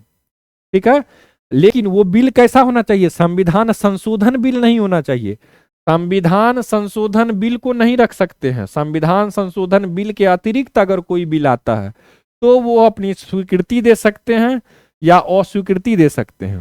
ठीक है, किंतु यदि 368 संविधान संशोधन के अंतर्गत आता है तो वह अस्वीकृति नहीं दे सकते हैं। यद्यपि भारत में अब तक राष्ट्रपति ने इस वीटो का प्रयोग बिना मंत्रिपरिषद के सलाह के नहीं किया है, यानी कि वीटो का भी प्रयोग करने में इन्हें मंत्रिपरिषद से सलाह लेनी चाहिए, बात यहां पे ये है। हालांकि वह ऐसा कर सकता है कि नहीं कर सकता है, तो कहा जाता है कि ऐसा कर भी नहीं सकता। क्यों, क्योंकि जहां से हम लोग ये कंसेप्ट को कॉपी किए हैं वहां भी नहीं करता है। तो यानी कि ब्रिटेन में यही परंपरा है जिसका अनुसरण भारत में किया जाता है कि मंत्री परिषद से ही पूछ करके कार्य किया जाएगा। ठीक है, फिर है निलंबनकारी वीटो। ठीक है, यानी कि असहमति, डायरेक्ट बोल देना कि मैं इसे नहीं मानता हूं। ठीक है, डायरेक्ट बोलेंगे कि अगर नहीं मानता हूं तो वो पूर्ण वीटो है, एब्सोल्यूट वीटो, कि मैं मानता ही नहीं हूं, आप बेकार बिल लेके आए, ये है पूर्ण वीटो। ठीक है, या हो सकता है वो स्वीकृति दे दे, अगर अस्वीकृति देंगे तो पूर्ण वीटो हो जाएगा, ठीक है। निलंबनकारी सस्पेंशन वाला जो वीटो होता है ये क्या होता है कि संविधान संशोधन अथवा धन विधेयक के अतिरिक्त, संविधान संशोधन वाला हो बिल या धन विधेयक वाला बिल हो, इन दोनों के अतिरिक्त राष्ट्रपति को कोई भी अगर बिल भेजा जाता है तो ये क्या कर सकते हैं, संसद को पुनर्विचार करने के लिए वापस भेज सकते हैं कि आप बेकार बिल लेके आ गए हैं, आप लेके जाइए इस बिल को, इसमें चेक करिए, इसमें आप फिर से विचार करिए, कुछ और अच्छा लाइए, ये जनमानस के लिए सही नहीं है, ठीक है। तो संसद का पुनर्विचार हेतु वापस संसद को भेज सकते हैं, किंतु अगर ये सस्पेंशन निलंबनकारी वीटो में अगर इस बिल को वापस संसद भेज देती है तब इनके पास कोई विकल्प नहीं है, उस बिल को इन्हें क्या करना पड़ेगा, स्वीकृति देना ही पड़ेगा। इस वीटो को वह अपने विवेकाधिकार से प्रयोग कर सकते हैं। इस वीटो का प्रयोग अभी तक संसद सदस्यों के वेतन बिल तथा पेंशन नियम संशोधन 1991 में किया गया था। तो ये ध्यान में रखेंगे, कौन सा वो बिल है, तो वेतन बिल भत्ते तथा पेंशन नियम, वेतन बिल भत्ते तथा पेंशन नियम संशोधन 1991, ठीक है। नियम वाला जो संशोधन था, वेतन बिल भत्ते तथा पेंशन नियम संशोधन 1991, इसमें ये वाला निलंबनकारी वीटो का प्रयोग किया गया है। ये संविधान संशोधन नहीं है, नियम वाला में सिर्फ संशोधन है, ठीक है। पहले से कोई कानून था, उस कानून में संशोधन किया गया, ठीक है। तो नियम में संशोधन वाला था 1991 वाला, उसमें किया गया था। यह एक वित्तीय बिल था, यह धन विधेयक नहीं था, क्या था, वित्तीय बिल था, ठीक है। राष्ट्रपति रामास्वामी वेंकटरमन ने इस वीटो का प्रयोग इस आधार पर किया था कि यह बिल लोकसभा में बिना उनकी अनुमति के लाया गया था। यानी वित्तीय बिल अगर हो, हम लोग बात कर चुके हैं कि वित्तीय बिल में क्या होता है, राष्ट्रपति का पूर्व जो है वो आपको अनुमोदन होना चाहिए, राष्ट्रपति की पूर्व स्वीकृति से ही वो बिल आ सकता है। लेकिन यहां पर रामास्वामी वेंकटरमन कहते हैं कि ये जो वेतन बिल भत्ते या पेंशन नियम संशोधन 1991 वाला बिल था, ये वाला बिल की पूर्व मंजूरी मुझसे नहीं ली गई थी लोकसभा में लाने से पहले, इसीलिए मैं क्या करता हूं, इसको वापस आप लोगों को भेजता हूं, आप जाइए अब इसको चेक करिए, फिर से विचार करिए, तब लेके आइएगा, तब बात करेंगे, ठीक है। तो ये ध्यान में रखिएगा। फिर है पॉकेट वीटो, कोई भी चीज निकाल करके पॉकेट में रख लेना, यानी कि अब उस पर हाँ ना का कोई रिस्पॉन्स नहीं देना। यानी संविधान राष्ट्रपति को स्वीकृति और स्वीकृति देने के लिए कोई भी समय सीमा नहीं देता है कि कब तक आप उस बिल को वापस करिएगा साइन करके ताकि वो कानून बने। तो ऐसा कोई टाइम नहीं अलॉट किया गया है संविधान में कि इतने ही दिन के अंदर आपको मंजूरी देना है, ऐसा कोई निर्धारित नहीं है। तो जब समय ही निर्धारित नहीं है तो राष्ट्रपति क्या करते हैं, किसी भी बिल पर कोई निर्णय ना देते हैं। लेकिन सामान्य बिल, ना कि धन या संविधान संशोधन, अगर धन बिल है या संविधान संशोधन विधेयक है, वही वह हिंदी में विधेयक है, इंग्लिश में बिल, तो धन हो या फिर संविधान संशोधन विधेयक हो, यहां पर तो इनका ये पॉकेट में नहीं रख सकते हैं, मतलब हाँ ना में जवाब नहीं दे सकते, ऐसा नहीं, इन्हें देना ही पड़ेगा। लेकिन अगर सामान्य बिल हो तो क्या कर सकते हैं, आराम से जवाब नहीं देंगे, स्वीकृति या अस्वीकृति का कोई जवाब रिस्पॉन्स नहीं दे सकते हैं, ठीक है। अपने वीटो का, पॉकेट वीटो का प्रयोग किया है, कौन किया है, हाँ, तो माना जाएगा कि उसने अपने पॉकेट वीटो का प्रयोग किया है, यह भी उसकी विवेकाधिकार शक्ति के अंदर आता है। अब एक याद रखेंगे कि यहां पर पॉकेट वीटो कहाँ किया गया है, देखिए निलंबनकारी वीटो, वेतन भत्ता वाला जो संशोधन 1991 वाला, नियम संशोधन 1991 वाला था, उसमें किया गया था निलंबनकारी। पॉकेट वीटो कहाँ किया गया है, पेप्सू बिल 1956 में, पेप्सू बिल 1956 में किया गया है। और एक जगह है भारतीय डाक बिल 1986, ठीक है। पेप्सू, ये जो पेप्सू है ये कहाँ था, ये पंजाब वाला जो रीजन था पहले पेप्सू कहलाता था, वहां पर 1956 वाला पेप्सू बिल में राष्ट्रपति महोदय ने पॉकेट वीटो कर दिया था, और भारतीय डाक बिल 1984 वाले में भी पॉकेट वीटो कर दिया था, ठीक है, ये याद रखेंगे। तत्कालीन राष्ट्रपति कौन थे उस समय में, ज्ञानी जैल सिंह, इन्होंने इस वीटो का प्रयोग किया था। तो ज्ञानी जेल सिंह के बारे में याद रखेंगे, इन्होंने ये किया था। आगे आ जाते हैं, राष्ट्रपति के पास विवेकाधीन शक्तियां हैं जो इनके ऊपर डिपेंड करता है कि ये क्या चाहते हैं। तो कहां कहां ये है, तो अनुच्छेद 78 के अनुसार प्रधानमंत्री राष्ट्रपति को समय समय पर मिलकर राज्य के मामलों तथा भावी विधेयकों के बारे में सूचना देगा। यानी कि प्रधानमंत्री का जो कर्तव्य है वो किस में है, अनुच्छेद 78 में है। ठीक है, अब अनुच्छेद 78 के अनुसार राष्ट्रपति सूचना प्राप्ति का अधिकार रखते हैं। ये जब चाहे तब पूछ सकते हैं कि क्या हुआ, कैसे हुआ, तुरंत रिपोर्ट करो। ठीक है, यह अनुच्छेद प्रधानमंत्री पर एक संवैधानिक उत्तरदायित्व रखता है। यह अधिकार राष्ट्रपति कभी भी प्रयोग कर सकता है, यानी इनके विवेक के ऊपर है, जब चाहे तब प्रश्न पूछ सकते हैं। ठीक है, और उन्हें जवाब देना पड़ेगा, क्यों, क्योंकि उनका संवैधानिक उत्तरदायित्व है। संविधान में लिखा हुआ है कि आपका ये कर्तव्य है, आपको करना पड़ेगा। ठीक है, इसके माध्यम से वह मंत्रिपरिषद को विधेयकों, निर्णयों के परिणामों की चेतावनी भी दे सकता है कि जो आप लोग करने जा रहे हैं उससे क्या होगा भविष्य में, तो ये सब चेतावनी अगर चाहे तो दे सकते हैं। फिर है, जब कोई राजनीतिक दल लोकसभा में बहुमत नहीं पा लेता है तब वह अपने विवेकानुसार प्रधानमंत्री की नियुक्ति करेगा। कभी ऐसा हो सकता है कि किन्हीं को बहुमत ना हो, लोकसभा में बहुमत ना हो, तो जब लोकसभा में बहुमत नहीं होगा तो उस स्थिति में इनका मन जिसे चाहे उसे प्रधानमंत्री नियुक्त कर सकते हैं। ठीक है, ये नियुक्त करने का भी इनका विवेकाधीन शक्ति है। निलंबन वीटो या पॉकेट वीटो भी विवेकाधीन शक्ति है। संसद के सदनों को संयुक्त बैठक हेतु बुलाना भी इनका विवेकाधीन शक्ति है, अनुच्छेद 108 के अंतर्गत। अनुच्छेद 75(3) के अंतर्गत मंत्रिपरिषद के सम्मिलित उत्तरदायित्व का प्रतिपादन करता है। मंत्रिपरिषद के सम्मिलित उत्तरदायित्व का प्रतिपादन करता है। राष्ट्रपति मंत्रिपरिषद को किसी निर्णय पर जो कि एक मंत्री ने व्यक्तिगत रूप से लिया था पर सम्मिलित रूप से विचार करने को कह सकता है। वही जो अभी हम लोग कुछ देर पहले बात किए थे कि एक मंत्री कोई डिसीजन लेता है तो राष्ट्रपति महोदय मंत्रिपरिषद को ये कह सकते हैं प्रधानमंत्री के थ्रू कि आप बात कीजिए उस मंत्री से, पूछिए कि क्यों ये आया है बिल, क्यों ये कानून पे कैसा क्या इम्प्लीमेंट हुआ है, वो सारी चीजों को डिस्कस करिए आप लोग मंत्री सब मिल करके, तब मुझे बताइए। यानी आप लोग क्या करिए, सम्मिलित रूप से विचार करिए। ठीक है, और साथ ही साथ लोकसभा का विघटन भी कर सकता है यदि मंत्रिपरिषद को बहुमत नहीं प्राप्त होता है तब। तो ये रहा राष्ट्रपति की विवेकाधीन शक्तियां। इतना ही था। धन्यवाद। जय हिंद, जय भारत।